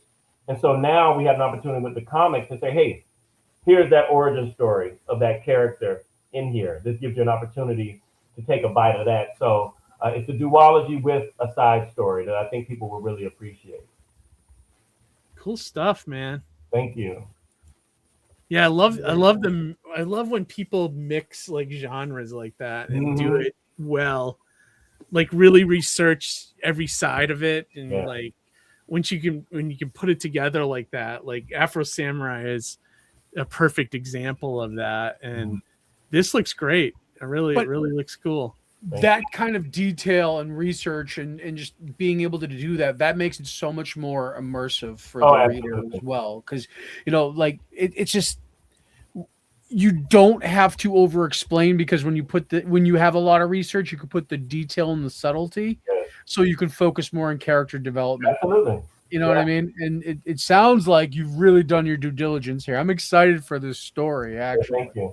No, and you're dead on about that. Is that I almost felt like it was cheating because I had so much information, but I had notes and notes and notes, and I'm like, okay, here's where we'll drop this in, and you got to use exposition. It's not just this obvious in 1509. You don't want to do that.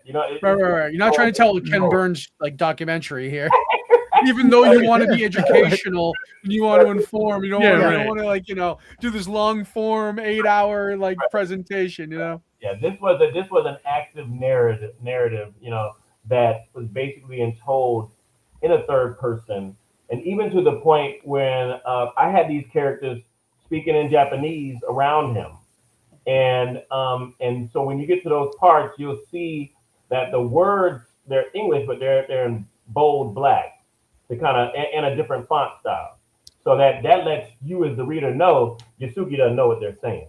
You know what I mean? So they're saying these things in front of him, and he's kind of waiting. And then eventually there's an interpreter who comes along who's more of a mentor. And he's the Astromayo. And he comes on and he's like, this old man. So we have all these familiar elements of like Shogun back in the day, kind of being in, because I love what FX did with this Shogun that came around this time. I was like a new fan. The new series they did. So if you're like that slow kind of burn that feels so genuine and authentic, then that's how I wrote Yasuke. I wanted to have that feel. I gave you those time period points where we were jumping back and forth, we were showing things, and that way you're always introduced to be in the moment and you're never feeling lost, And so, and people, it was crazy because I started the story. It is Yasuke, but the story really does. Like I said, feudal Japan is its own character in the world. Right. It really is. Like you can see all those elements come together. You can see how things are getting too close for comfort with those rival factions, and now there's a war. Well, then there's war built out, then how is Yasuke thrown into that? Is he thrown into that? What makes him compelled to help fight for these people? Why do they trust him to fight? And then eventually he gets to that label of a samurai, because he didn't just jump right in, And I think I start the story off. The first 3 chapters aren't even about Yasuke. They're about Lord Nobunaga, who is the one who actually brings him on. And you start with Nobunaga as this young,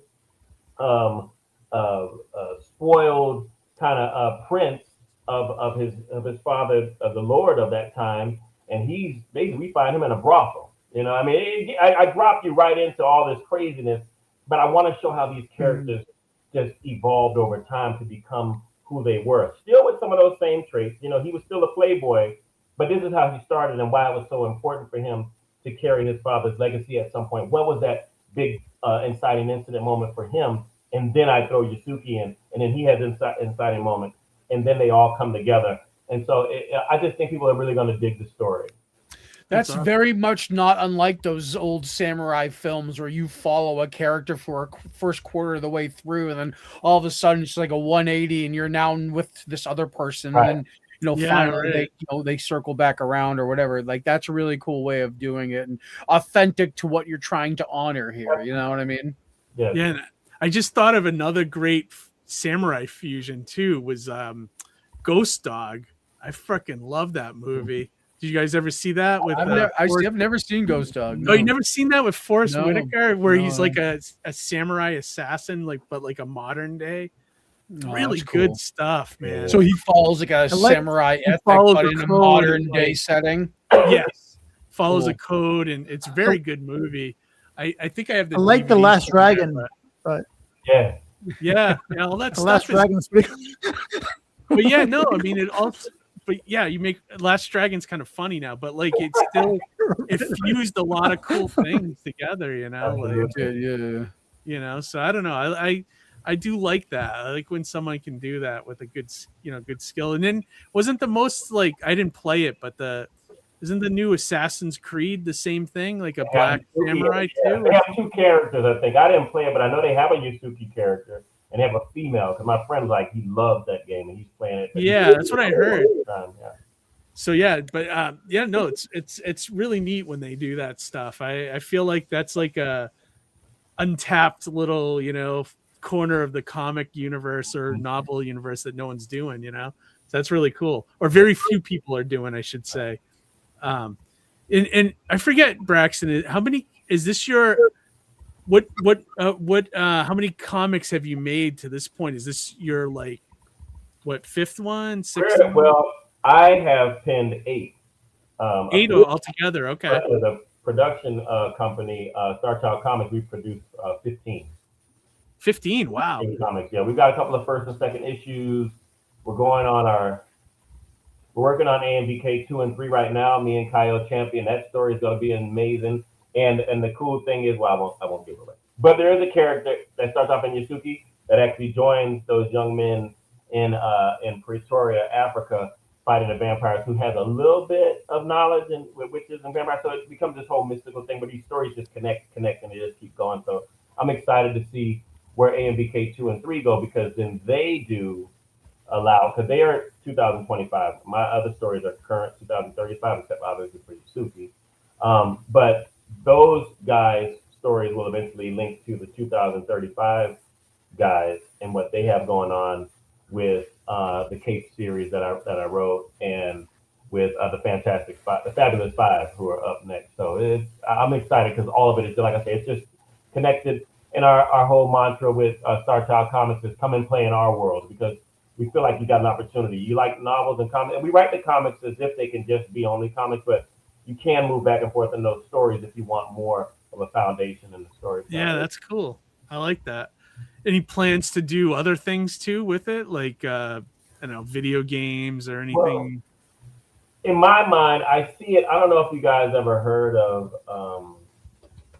the comic series that did really, really well. It was Harriet Tubman, Demon Slayer. Yes, I've heard of it. Yeah, I've heard of that. So it was interesting because you take a historical character. It's historical fiction, but it's just in a comic. You take them and you give it a new story. Yeah, they've done a few things like that, right? Like there's like Abraham Lincoln Vampire, which I love. Vampire Hunter. That was really cool, So that's where I see this going with Yasuke, is to eventually have him in another series where he's traveling through time, being an abolitionist. So that's cool. Yeah, that's cool. I like that. Yeah, like that. Yeah, that's hot. It'd be like kind of like Frank Miller's Ronin a little bit. Remember that book where it's like it's like starts off in the past, but he ends up in the future and all that. Yeah, that's cool. Yeah, it's really cool stuff. The thing about Abraham Lincoln is that like in that movie, The Vampire Hunter, whatever, Slayer. I don't know Abraham Lincoln, the Vampire Killer. I think. Yeah, I loved how everything in that movie was historically accurate, except for the vampires. Like the vampires caused everything. Awesome. Like, well, there could be. It could be, but the whole like the underground, was because of the they're trying to hide from the vampires. Like, everything like the only thing I didn't like about that movie is that like they wore sunglasses in that movie. I don't get where those came from. Did they have them back then? I don't know. Right. They wore, like the vampires wore sunglasses and like. Right. Braxton, I wanted to ask sorry. about availability. How are people going to be able to get the book? Right the now, duology. Yeah, so it is the ebook, paperback, and hardcover are going to be available on Amazon Live tomorrow. Okay. If you want the ebook on the Nook, it is on Barnes & Noble as well, and the paperback should be there shortly. If people want to buy it directly from my site with my hand, with my signature on the paperback and the floppy for the graphic novel, that link is going to be live tomorrow. Actually, the pre-order is up right now. If people want to go to the website and buy that, I can drop that in the link too. And drop it in the private chat, and I'll release it. That way, if people want to buy a direct copy autograph from you, absolutely, they can do that directly through that chat. Let me do that right now. Yeah, absolutely. And what do you got coming up after this? Are you going to continue doing more of the Yasuke story, or you moving on to something else? No, this is going to be, you kind of drug it out of me, so I'll give it to you. You heard it here first. You heard it here first.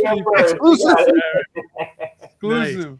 I do have the sequel to Still Rain. So Still Rain is done. The ebook, the paperback, the comic, the first one was, like I said, it was Pre-Flight, then Flight of the Starship Concorde, and the novel. Now we do have the follow-up comic book that comes to kind of close off that trilogy, and that's going to be called Palindrome. So that is ready. I'm figuring out when I'm going to drop it this year. Once we kind of get through the Yasuke hype train and get that going. And then once that's up and running, then we'll go ahead and do and release that, because that sets up my big next series of science fiction, which is my just expanding on the world I've already created with Proxima Centauri and the Star-Crossed Saga. So this will be that next thing. So yeah, so that's what will be dropping next once I get to this. Awesome, man. That's great. And what was I going to ask you too? I had another question. Go ahead, Johnny. I was going to ask, was there a particular reason you didn't decide to go like a crowdfunding route? You wanted to do Amazon and Barnes & Noble directly? Just honestly, just not having enough time in my window, and we wanting to get this out. Like, we really started working on this project like last summer. But like I said, I did so much research and so much I had to get done that it was like, oh my God, this is like exhausting. And then, this is a 70-page graphic novel, so that's not small, by any means. And so to get that out, that was a lot. So, working back and forth with schedules and making sure that the images came out just right, and being patient with Eliza, it wasn't easy. So we literally got that thing completed in late December. So here we are now. I've got to take it and get it done and prepare it, and I had to send it off of files, get those files corrected, and then get it back so that I can finally get it ready. It was just a lot, It's a lot of work. It is a lot of work, yeah.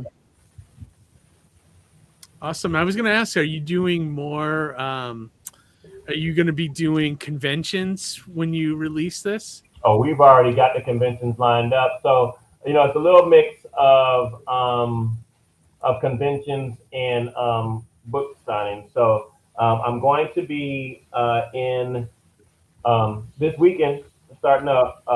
We're going to be at Liberty Books downtown Lawrenceville, doing a book signing there.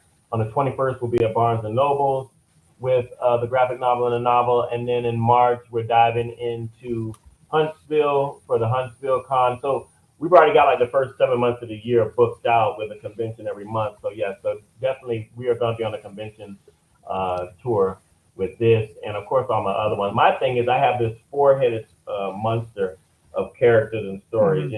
We've got Yasuke, with the Yasuke stuff. We got Steel Rain and William Derry from the science fiction stuff with Proxima Centauri stories. We have Broken with Kisa. I think that's what I was looking for last time, doing the dystopian fiction.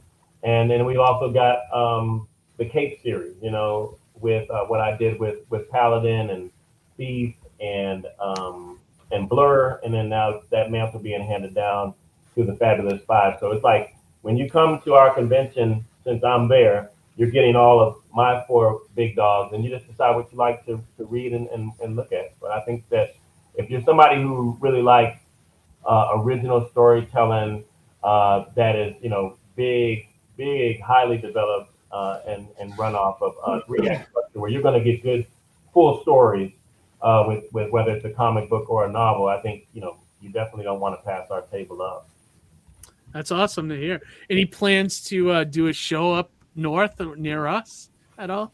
I've looked at a couple, and then you guys are out of where? Massachusetts. We're in Massachusetts. Of course, I want to come out there. I have a buddy who's in Massachusetts, and so he is one of our authors from the Mizuo series, Keyshawn Dodds, and you got to get him on your show, because I'm telling you, like, you guys will just love what he has, because he's got he just released book 5 of the Mizuo series, and he's got a comic book that goes with that as well. Oh, cool. And so, and he's up there in Massachusetts with you guys. So I wanted to come. We were trying to put together a convention last year, and then he wasn't able to get it done. So I think he's working on it again this year. So if he gets it done, I'll definitely be up there. Oh, cool. Awesome. Yeah, I was going to ask, how far out are you traveling for this 7-month kind of tour you have booked out? Yeah, I'm in the South. So we kind of go Alabama, we go Tennessee, and North Carolina, and South Carolina.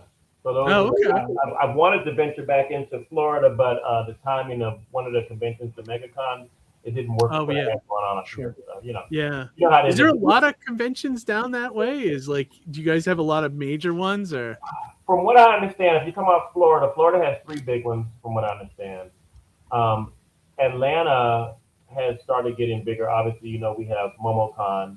And there's Dragon Con, I know. Dragon Con is huge. And we had Atlanta Comic Con, but a new company took over for it, and they do really well with their conventions. And they decided to take this, because they literally grabbed it like at the end of last year. I don't think that they really were able to put everything into it that they wanted, because they've done a lot of great shows down in Tampa. And so they actually canceled it for this year. They said, hey, we'll be back next year. You guys calm down. So in that place, I threw another convention in July to go to. But I do go to North Carolina for Heroes Con. It's great. Oh, yeah, it's a big one. I got to go to that one. Comic Con is great in Greenville. So those are our little stomping grounds, and we do really well at those conventions. So we're excited. Oh, that's cool, man. Cool. I was at Heroes like 7 or 8 years ago. Okay. And I loved that show. I thought it was amazing. It was nice to see a convention that was just comics and nothing else, you know. Right. Yeah. We see very few of those now, you know, so that's great. Yeah. Is there comic community in that area in the South? Do you get a lot of great people like that are hungry for comics, or is it like?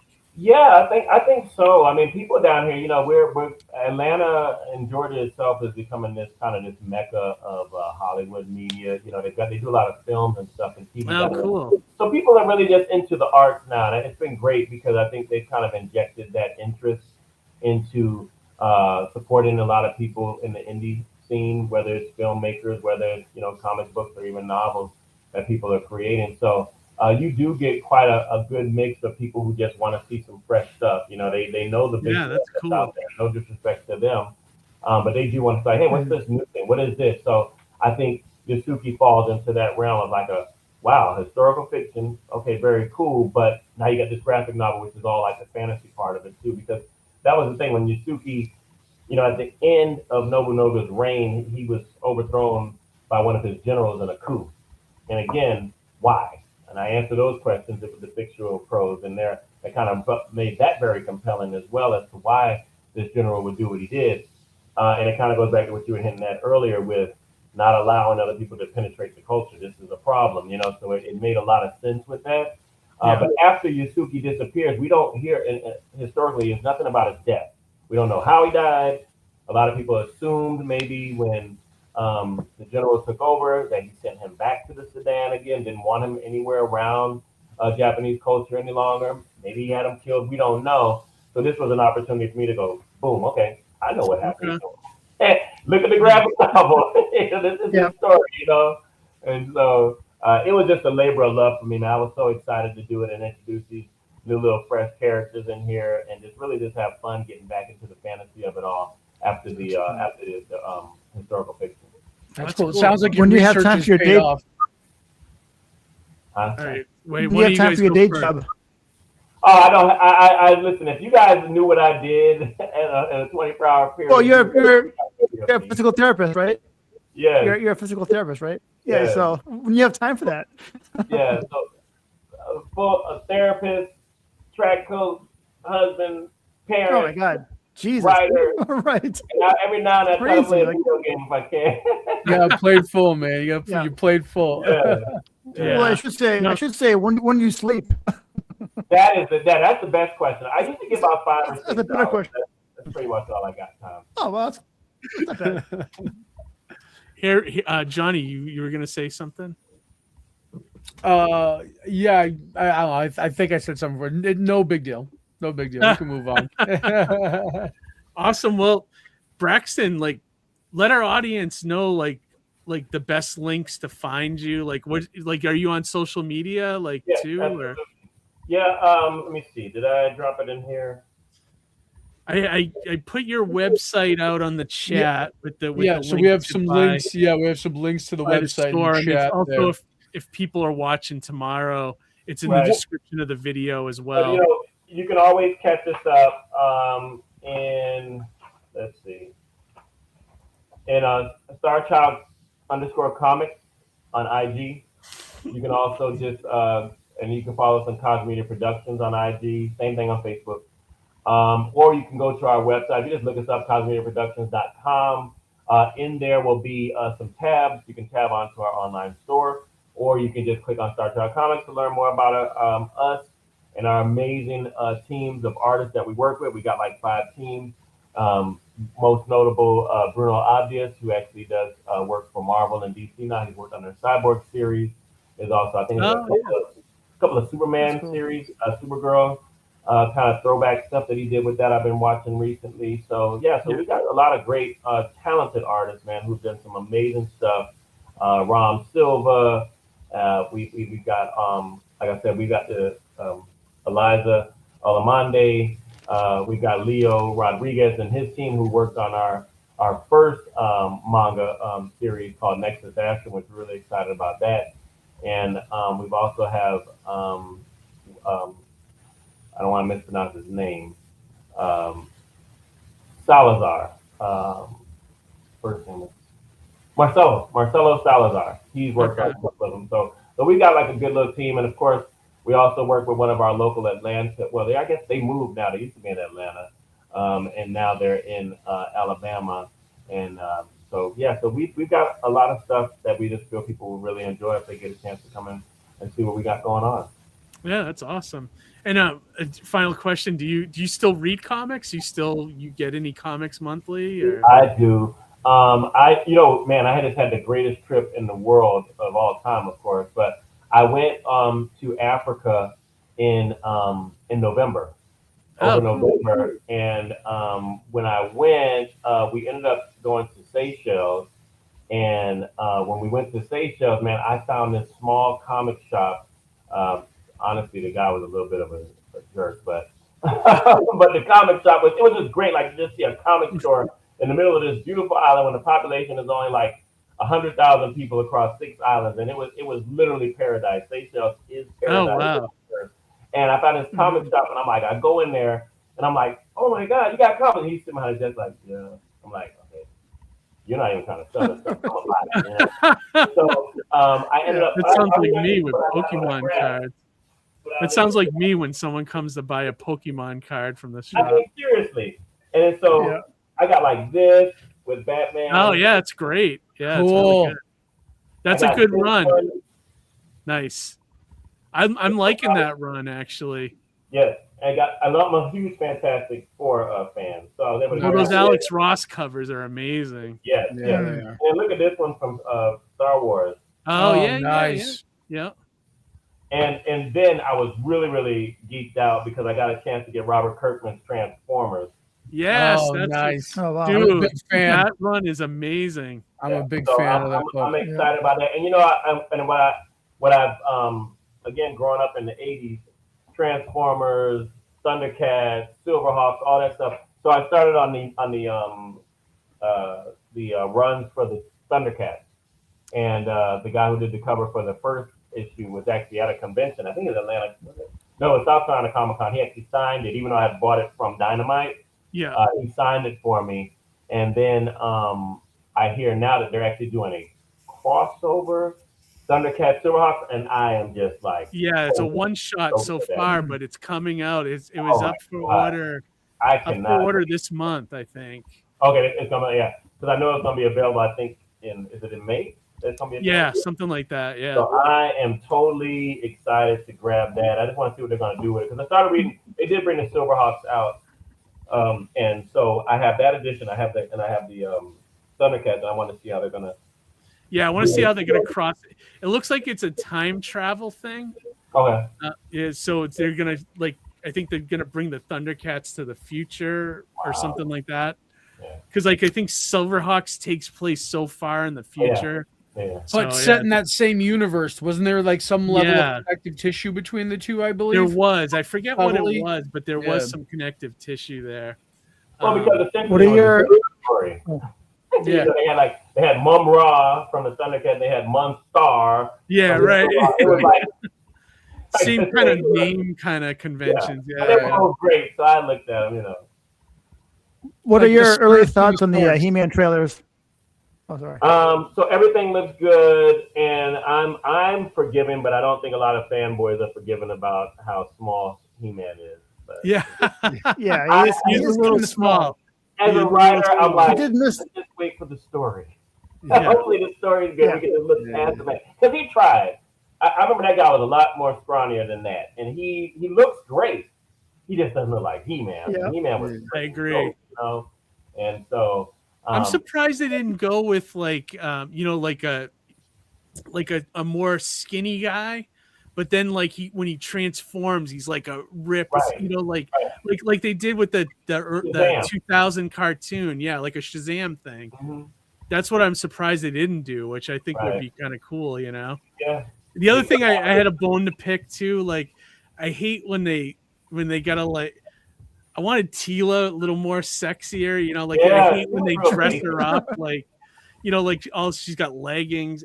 Come on, like let's go with the filmation style, you know. Like, We looked at that show because of Tila and yeah, absolutely. Evil Lynn. And they were gorgeous. They were like, Yeah, you know? 100%. And everybody in He-Man was gorgeous, right? The guys were gorgeous, the women were. So you looked at it and you were like all these gorgeous people fighting. Yeah, right. You just looked at it, you know. Other than that, like it wrestling. looks like it could be fun. We'll see. Yeah. We'll see. I'm kind of getting like Where's Orko? vibe a little bit, you know. Yeah, With the sci-fi element. So yeah, it might be cool. We'll see how it goes. yeah, we'll see. I want to see the next trailer, and then I'll kind of make a decision. I think Orko is the key to this whole thing. True. Well, I was gonna say Orko and Cringer are both elements that were missing from the previous live action version. Right. Yeah. So if anything, we're gonna have those new elements to look forward to. You know what I mean? Yeah, absolutely. Yeah, and it looks like it has like a Flash Gordon thing going on where Yeah. he's Yes. like on Earth or something, and then brought to Eternia or like a John Carter kind of thing. Like, Right. With like a You little know, like so- peppering of like Guardians of the Galaxy kind Yeah, of yeah. So flavor. Yeah. right, like where he's on Earth, but he's like supposed to be here, you know. Right. And then you'll probably find out that it was Skeletor that got him banished to Earth or something, you know. Yeah. Something like Made that, him forget right. who he was or something, you know. It's I gonna need be- to see more of Skeletor. You know what I mean? He's got to get the voice right. It's got, you know what I mean? It's got to, Yeah, right. Vibe's got to hit. Yeah, There's a absolutely. lot He's riding never- on this never movie. had Yeah. he's never had red eyes before though. I don't know about the red eyes thing. He I've did seen the some cartoon- images No, where not the he's had cartoons. red eyes. The later cartoons, right? Yeah. Well, no, in the trailer, he looked like he had like the red eyes in the sockets. Yeah, right. Yeah, I don't know if I like that. But we'll see. Well, Braxton, thanks for coming on again, man. Like it was good to see you. Yeah, when you have another book ready to go, hit us up. We'll definitely have you back. Well, guys, you can grab a copy of these, man. That's like I said, that's Blood Moons, and this is the novel for Yasuke, all shiny and new, and of course the graphic novel is going to be available too. So yeah, I'm excited. Nice. I think all of our signings, I think we're going to kill it. I think people are going to really like it. Like I said, the early reviews. I mean, we got a Kirkus review, and I hadn't gotten Kirkus review in a long time, and they actually gave it with Kirkus, you either get a star or you get a get it accolade, or you get nothing and just review your book. They actually gave us a get it, so I'm excited. That's awesome. I love that. So, yeah. That's awesome, man. All right, well, thank you, Braxton. And like I said, we put the link out there. We'll put it in the description, so if people are watching tomorrow or later this week, they can go check it out there as well. And yeah, we'll see you hopefully soon again down the road. Yeah, we'd love to have you back on for the future, man. I appreciate it, man. Thank you so much, guys. Appreciate your time. Yeah. Y'all have a good rest of your night. Thank you too, Braxton. Have a good one, man. Nice to see you again. Bye-bye. All right, good to see you, man. All right, bye. That was awesome. Yeah, that was great. I love how much research he put into this project. Oh, 100%. That is key. He was talking the amount of detail it sounds like he looked into to put together this story. It makes me want to read it because it goes to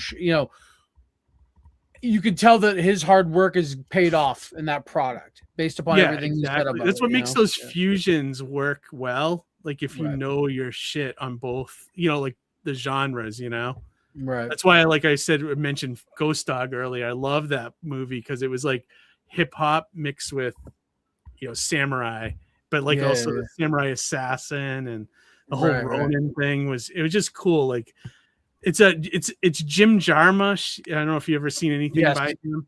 Yeah, he's kind of an acquired taste, but I feel like Ghost Dog might be his most accessible film. Like the trailer always looked goofy. Like I remember when they were previewing it and everyone was laughing at it, but the movie isn't goofy. Like the trailer was goofy, but the movie isn't, Like if you ever go back and watch that original trailer, you'll probably laugh your ass off. It's almost like they mismarketed it. Yeah, kind of. But I loved it. When it came out on DVD, I was like, let me watch this thing because I loved Forrest Whitaker. I still do. Yeah. And after watching it, I was like, this was great. And I watched it with Cimino. He loved it, and a few other people. And I haven't watched it in years. I'd like to maybe revisit it soon. It's been a while, but like that was like, I love stuff. It's an Afro Samurai is one of the one of the best animes I've ever seen. Love it. Like, I'm very picky about animes. That's one I'll watch and revisit. Oh, it's so good. The action in it's amazing. Like that one, they put some production into it and stuff. But even other things, like I always loved like when they can take a Western and mix it with something, or something along those lines, That was the appeal of Firefly, right? Right. Sci-fi Western, Western, and they made it sci-fi-ish. Yeah, good stuff, man. It's cool that he reads like modern comics too. Like a lot of creators kind of lose like the flair for reading comics after a while, and which I don't get. Like I love reading comics, so because you have to feed your inspiration, right? So exactly. If you're not reading the thing that you're making, you're gonna lose touch with the thing that you're making. Oh yeah, absolutely. You know what I mean? And also for all those fans of old school cartoons, Wednesday is the release of Thundar the Barbarian #1. Oh wow. Sweet. Yeah, I looked through it today at the shop, and I was like, "Yeah, this is good stuff, man. I can't wait to read it." It's just paging through. I know, like they have the. Do you remember Gemini? The dual face wizard guy, with the head that would turn around. Oh he's in the first issue at the end. I was like, "Fuck yeah, here we go!" That's cool. I just watched that episode recently, actually. What with Gemini? I rewatched that recently. Yeah, that recent so that episode. dark you know, side. Like it's you awesome. look at it, like the way they drew it, like because of Kirby, looks so dark Yeah. side. I love it. That's good shit, man. And I think that was one of the I things love that. Sorry, go on, Harry. No, go ahead. No, go ahead. No, I was just gonna say that was one of the things I think I liked about it as a kid is that when I was watching it, it was like comics adjacent, right? Yeah. I was recognizing characters from comics, but they weren't those characters. They were Right. clones, Yeah. You know, Exactly. So sorry, good. go on, Harry. Because it was just so different than anything else on any other superhero cartoons. It's like kind of like dark. You know what I mean? Like dystopian, futuristic. Something. What happened to make all these mutant things and like right. and like sorcery and like wizards and like how cool is this? Like be way ahead of its time. Yeah, right. And I love even in the show. intro when what was that? What was that line that they would say? It's like a world of science and super sorcery Oh and my God, magic yeah. or something like yeah. so Sold. good. I'm in. Right. Awesome. One man burst his bonds and it's like with his son's sword. Yeah. I love that shit. It's straight up Masters of the Universe, right? Yeah, it's a mix. It's like it reminded me of like Planet of the Apes, like Star Wars and Conan the Barbarian all mixed together, Ukla the Muck is Chewie. You know what I mean? He is. Yeah, right. And Ariel was a cool female character too at the time, So yeah, and speaking of good-looking chicks, she's not bad. Yeah, right. She was like Tila. Ariel, like the voice Ariel. Yeah. Love that shit, man. I gotta finish watching it. I started watching it on your Plex, Johnny. I watched like the first season of it again, and I was like loving it. And I just gotta go back and watch it. The still holds up. Season. Yeah, it does. It's great. It's still really good stuff. Yeah. Same with Dungeons and Dragons. When I revisited Dungeons and Dragons, I thought that really held up well. It's better than I remember. It's rare when you can find a good cartoon that actually holds up. Yeah, absolutely. G.I. Joe too, to a point. Like I started watching some of that, and what I want to find. I want to find Transformers too at some point. What's that? I want to find that the genie Shazam. You know what I mean? With like Shazam and Kabubi and right. That was part of Hanna-Barbera's World of Super Adventure. Yeah, that's I gotta find that. They're on there. If you look on, you probably could find them on YouTube. It used to drive me nuts though, like when they had Hanna-Barbera's World of Super Adventure in this area, it was always Shazam, Herculoids, or Birdman. We never got the Fantastic Four. We never got Frankenstein Jr. We never got the Impossibles. It used to drive me crazy. Also, Johnny Quest, like in the right, but Johnny Quest wasn't a part of the Super Adventure stuff. But I'm just remembering my early Saturday mornings. That was part of it. No, it used to drive me nuts. So like every week, I'd be like, maybe this week they'll give us Fantastic Four. It never fucking happened. It used to drive me nuts. Yeah, well, it was all regionalized. It was. We had Force 5. Yeah, where other regions didn't. Never had that. Yeah, right. Yeah. In Battle of the Planets, do you remember Battle? That was so good too. Which is Gotcha Man. Right, that's good stuff, man. We grew up with the best cartoons. I know. And now it's all in comic form. Everything we just talked about is in comics. It's all in comic. Well, it goes to show the audience is there. Yeah. Right. Yep. 100%. Did you guys have anything else you wanted to promote or talk about before we start wrapping things up? Or Harry? I'm working on a hold on, I can show you this real quick. Yeah, I gotta find this thing that I'm this Sunday is the Super Bowl, so I'm working on a graphic. You're working on something for a Super Bowl? I'm probably gonna have to work on the Super Bowl, but it'll probably be dead. Yeah, let me see if I can share. But I don't want you working at Keith. No, I will probably be in Clinton on Sunday. But I don't watch the Super Bowl anyways. I have no plan on watching it, so yeah. I'll probably watch a movie or something. Yeah. All right, hang on. So here's my attempt at a Drake May sticker or logo, or whatever. Don't dismay. I like that. I gotta work on the lettering a little bit to make it fit better. Looks a little hard to read, but He looks like a logo that should be on a salad dressing bottle. Yeah, something. Yeah. No. Well, because I figured I'm stupid with this stuff. Is he one of the Patriots? Is like he's the quarterback. He's a quarterback. Oh, okay. He's a quarterback. Okay. He's a new. Yeah. It's not Nomar. I mean, it's not Nomar. No, it's not Nomar. No. Well, his last name is May, so I was trying to do like a play on words, like don't just because everyone does like it's May Day, or if you like my friend Jess sent me one that says I'm gay for May. I'm not sure if over after Tom Brady. Is that who this guy? Well, like the fourth guy is taking over Tom Brady. Like there's been like a few. Like I said, I don't know. I just hear names like Gronk. I don't know who the fuck that is. And these guys are all these guys are all gone. Yeah, okay. The whole new generation. These guys are all gone. I think I've heard of this guy's name though before. So he's the Patriots' #1 draft pick from last year or 2 years ago. Okay, and he's there. Is he actually? His first he must year. be good if they were in the Super Bowl again. So yeah, he's good. He's good, but yeah, he's good. Like because the Patriots finished in 4th place last year.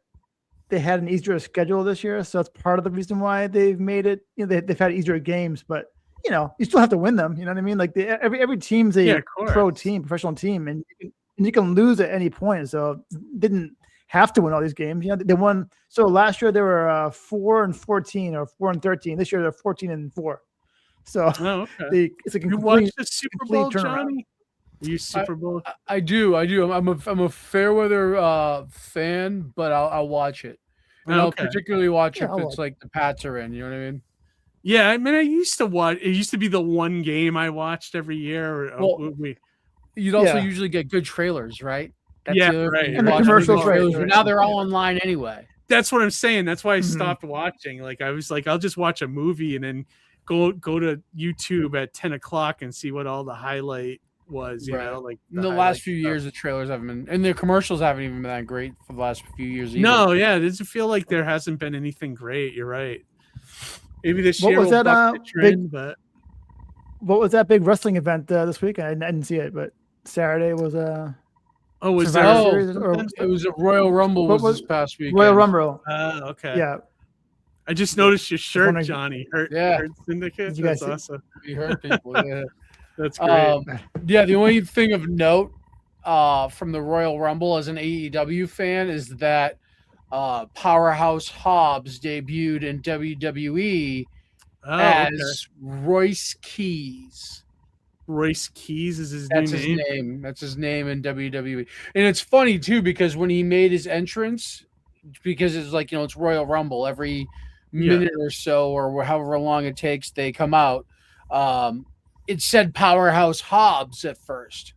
Oh and shit! I'm like, wow, that's Someone's interesting. Gonna get fired. Well, it's right. Then even on the screen it said formerly known as Powerhouse Hobbs. Oh, and then I'm like, well, that's interesting because when Adam Copeland went to AEW, they couldn't say he was formerly known as Edge. So I'm wondering how that worked out. Like if he was allowed to be able to say that, or if it was something that like maybe it's different now that Triple H is running things. Maybe who knows? Maybe. But like, what a downgrade in a name. Like the name Powerhouse Hobbs is so much cooler than what'd you say his name was? Royce Keys. Yeah, that's horrible. Like, would you rather have Powerhouse Hobbs? Like that's such a better name. Like a piano, piano player. I think the name has some type of personal connection to him. That's why he chose that.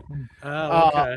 But to that point, though, I think there's a little bit of flavor lost because, like, Powerhouse Hobbs, it was like Powerhouse. You know what I mean? Right. There's some real, he was like, cool too when we met him for that like 2 seconds at the event there.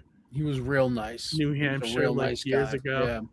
Good stuff. I mean, he should have stayed with AEW though. I mean, speaking of the AEW, the comic comes out Wednesday, the first issue, the DC crossover with AEW. Yeah. So I paged through it. It looked pretty good. Like the first page actually had Excalibur like doing like the play-by-plays with Shivani. That's right. It looks kind of cool. Like I might read it, but I'll pick one up for you. Yeah, please do. I think the preview edition they gave us it at New York Comic Con. I don't know if I gave you a copy. I thought I did, but we got like those. We got it like remember I gave you a bunch, so we got like a bunch of those like. I don't know. It seemed like it was a 5-page thing. Yeah, I think that was it. Yeah. Okay, it was the same one. Okay. Yeah, we got some of those at New York too when they did the signing. Okay. But actually, wait a minute. Hang on one sec. Okay. Must have something cool AEW to show. But yeah, they're doing a crossover with the DC characters. So you can have Batman fighting with actually one of the covers I had this up here. Johnny, one of the covers is Batman and Moxley going to like that is cool. Yeah, I love that. Cool. Oh no, this isn't it. This is not it. Hang on. I'll be right back. Yeah, I kind of fell off with the WWE stuff though. I don't really watch it. I know they're, Yeah, I don't really. There's a Lucky Pro event coming up in February that we might go to. If you want to join us. Oh, cool. I don't know if we'll have any free tickets or not. Okay, yeah, sure. So yeah, let me know. All right. They gave us this. Now this is the stuff you got in New York. This was at New York Comic Con, and this was a preview of that book. Let me see that cover. Oh, wrong person. Yeah, that's the cover. I think. That's the new cover too. The first issue cover. Yeah. Oh wow. And if you notice, this is signed. That's so cool, dude. Yeah, that's signed by Moxley right there in red. That's awesome. Yeah. I love that image too. I thought that wraparound was so cool. So good. Look at the Adam Page there. Yep. Awesome. Darby in the back with like his flamethrower, I think. So good. So good. So good. Tony, or actually, hold on. Tony Storm over here. Yeah, that's great. Swerve, and Batman. Yeah, look at Will Ospreay too. Yeah, Ospreay looks awesome. Yeah, that cover is great. That's the one. That's the A cover for sure on the DC versus AEW. Yeah, it's only 2 issues, I guess. So, and then they also have some. Yeah, those are the other. I think that's one of the other covers. Yeah. The Lobo and Hangman. Do they have the one with Moxley and Batman? Let me see here. I don't know if they have that one now, but this had the beginning of it, like the preview of the. Oh yeah, look at that. Yeah, cool. The artwork's pretty good. It is good. The writer is I'm very hit and miss with, so we'll see. But I feel like if you're a fan of AEW, you should be able to do something fun with it, Yeah, I mean, like, because it checks both boxes, right? If you like comics, if you like AEW, then this is like, this is the sweet spot. Look at that. Dope. Yeah, that's cool. Is that Power Girl and Tony Storm? It is, yeah. Yeah, that's cool. Isn't that cool? I love that. Yeah, that's great. Yeah.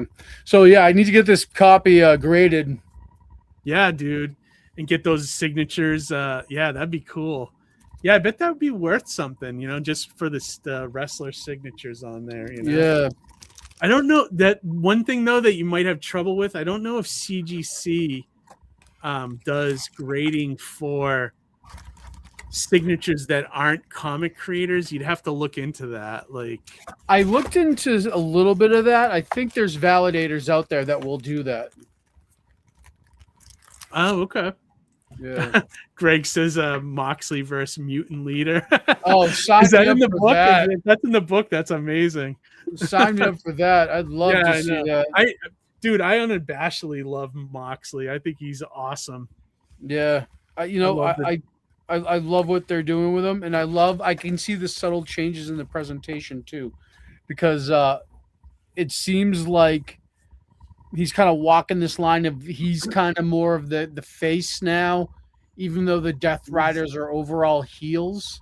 Yeah, I mean, not as I don't get the more. Yeah, he's slowly morphing into like a face. right, and I think that's going to cause a divide, and I think it's just cool because that's subtle storytelling, right? The way they do that. They always do that to the best villains, though. Come on, they did that to Piper. They did that. You know what I mean? They always take the best villains and turn them good. Right. I just want to keep the Snake. Villains, you know? Yeah, Jake the exactly. Snake. Too. Yeah, all those guys. All those guys. They do that with a lot of villains. You know, like if the more you like them, the more they're like, oh well, let's kind of morph them into good guys. You know, and like remember what was it? White Knight at the height of Joker's popularity. They were like, oh well, what if we made him that he was like the hero, and they did that White Knight story or whatever. Yeah.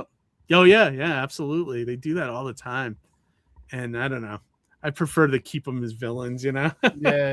Well, I think that's where you blur the lines. Even look at the Venom movie. Yeah. Right, like how you took a villain and you made him a hero, and you had to not only that, but you took everything that kind of tied him to his identity and you stripped it from it. Yeah. Did it stand on its own? Yeah. Was it enjoyable? Sure. But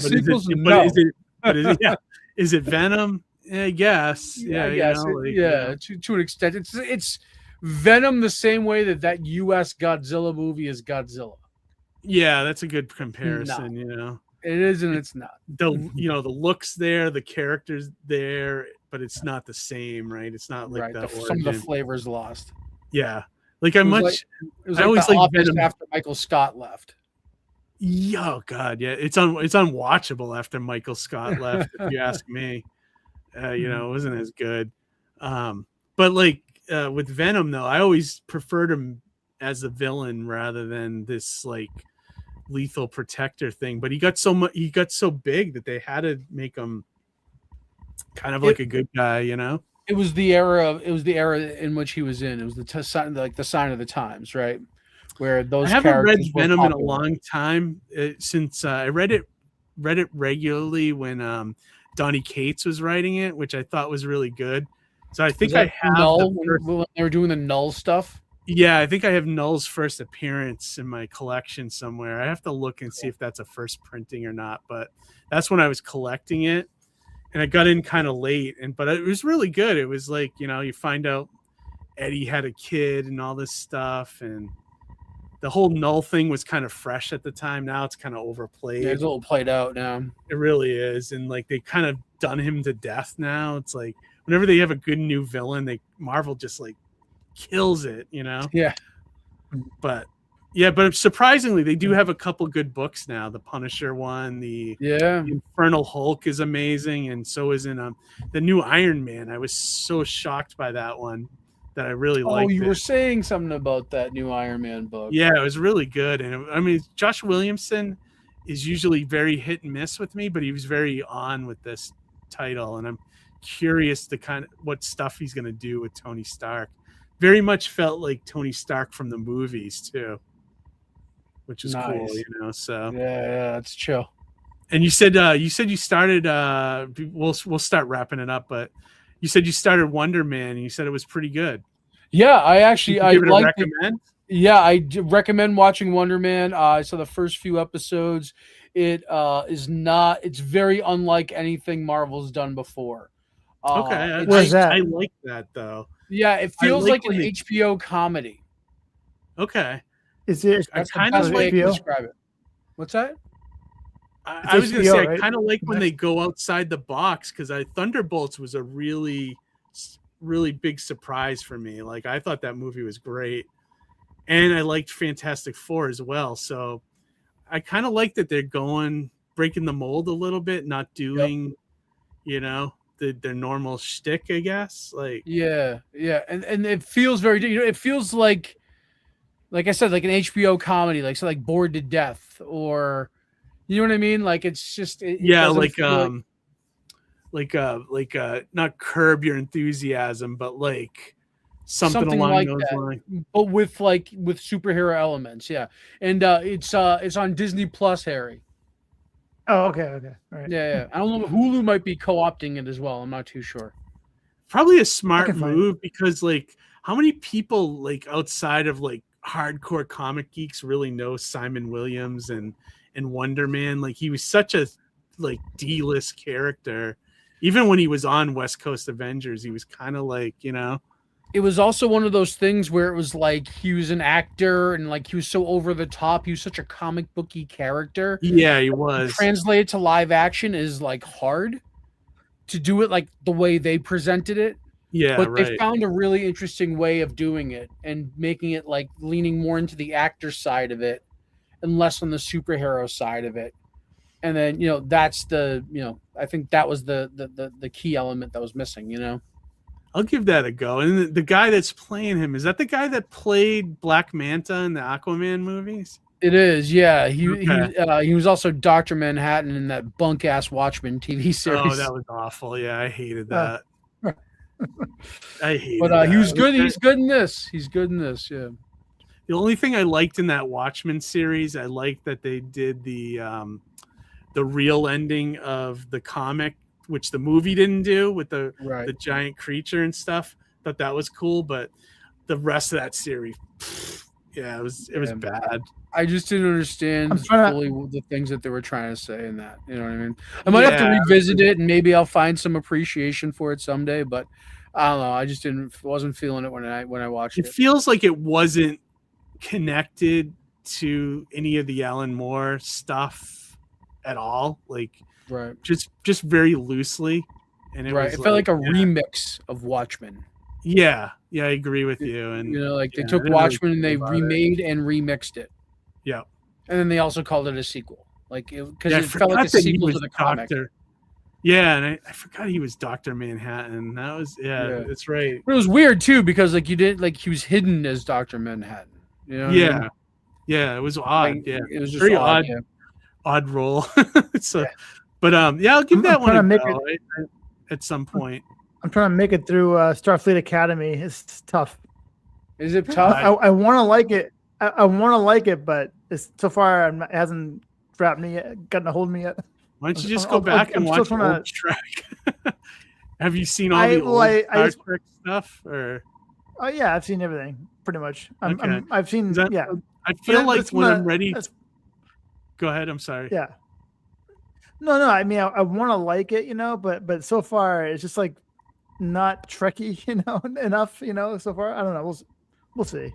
It doesn't look like it is. Everything I've seen, it looks terrible. Yeah. I'll hang in there a little bit longer. I did like out of the new stuff. I did like we watched the first season of Lower Decks. I thought that was a lot of fun. I didn't get a chance to see that. I saw like maybe the first couple episodes and I liked it. I just never saw the rest. You know what I mean? Yeah, we kind of left off after one season, and then like we had plans to go back and watch it again, and we just never did. But I think once I'm ready to watch some more Star Trek, I think I'm going to go and finally watch Deep Space Nine.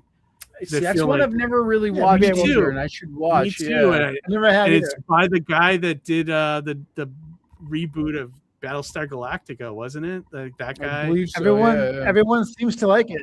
Every guest we've had on recently, like, has mentioned that one as their favorite Star Trek. Yeah, I got to go back and watch it. I just remember at the time it was like Babylon 5 was out also, and they were like, who ripped off who, you know, like. Yeah. And I did watch all of Babylon 5, which I liked. But now I'd like to go back and watch Deep Space Nine at some point and watch it and see if I like it. Which I probably will. Like, I loved Enterprise, and everyone. Well, I was gonna say I watched Enterprise, I watched Voyager, and I enjoyed both of those. Yeah. So like that, you know, Deep Space Nine was just the one that escaped me. I think it was just because like just the channel was on and the time and stuff. And I also heard it's like typical of Star Trek where it's like, you know, the first 2 seasons are kind of just these ones and dones kind of thing, and then season 3 is where it kind of really kicks in, and from there on to the end of the show, it's amazing. So you got to rough it out with those early seasons, you know. That's not bad either, though, to an extent, because I like those one-off episodes. I do too, and they did them really well. Mysteries of the week, you know. Yep. They did that really well on Enterprise too. Like those ones and dones were really good.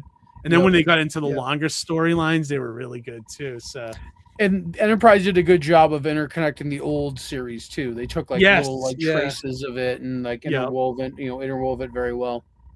Yeah, absolutely. But all right, gents. I mean, I don't really have much to talk about for promo stuff this week. The Kickstarter campaign for Kid Switch is still up.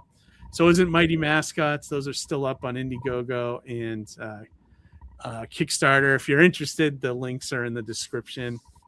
That's about it. And check out, I signed on with Filbo Distribution. I put something on my Facebook this week about that. I'm re-releasing the Chris Giarrusso variant cover that he did for me way back for Mighty Mascots, number 4. Oh, cool.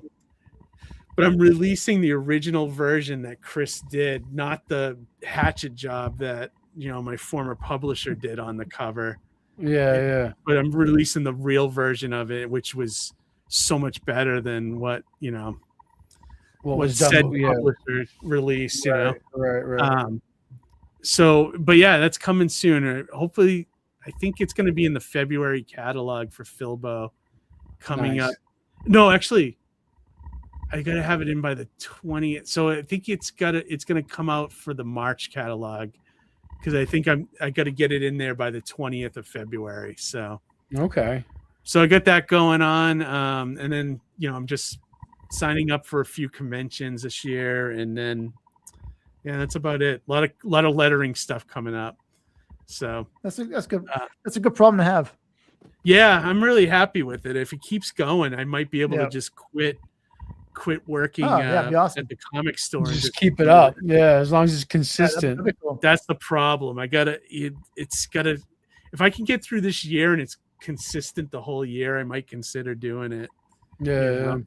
But if it's not, I just like having that safety net of having, something, Right. You can always reduce the hours, go part-time, That's true.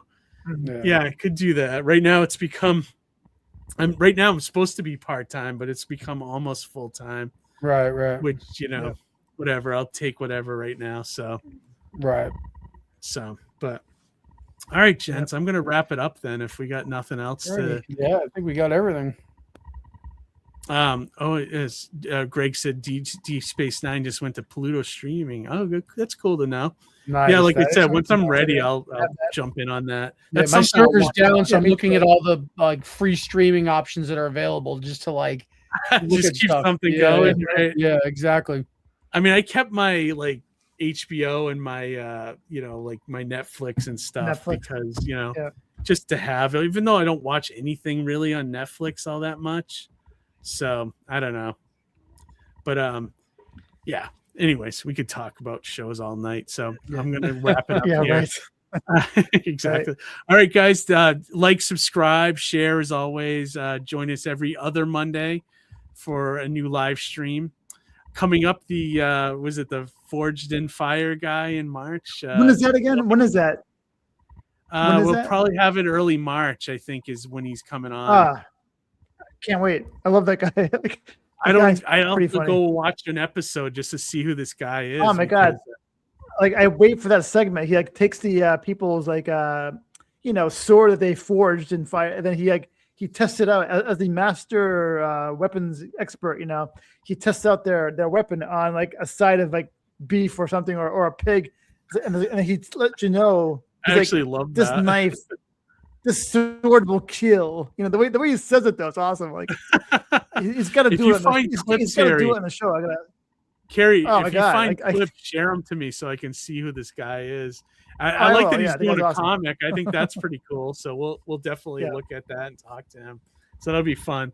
That's coming up in early March. I'm already a fan. Awesome. I'm sure you'll have plenty of questions for him, which would be good. But all right, everybody. Most importantly, read some comics, and we'll talk to you in 2 weeks. All right. Good night, everybody. Go Pats.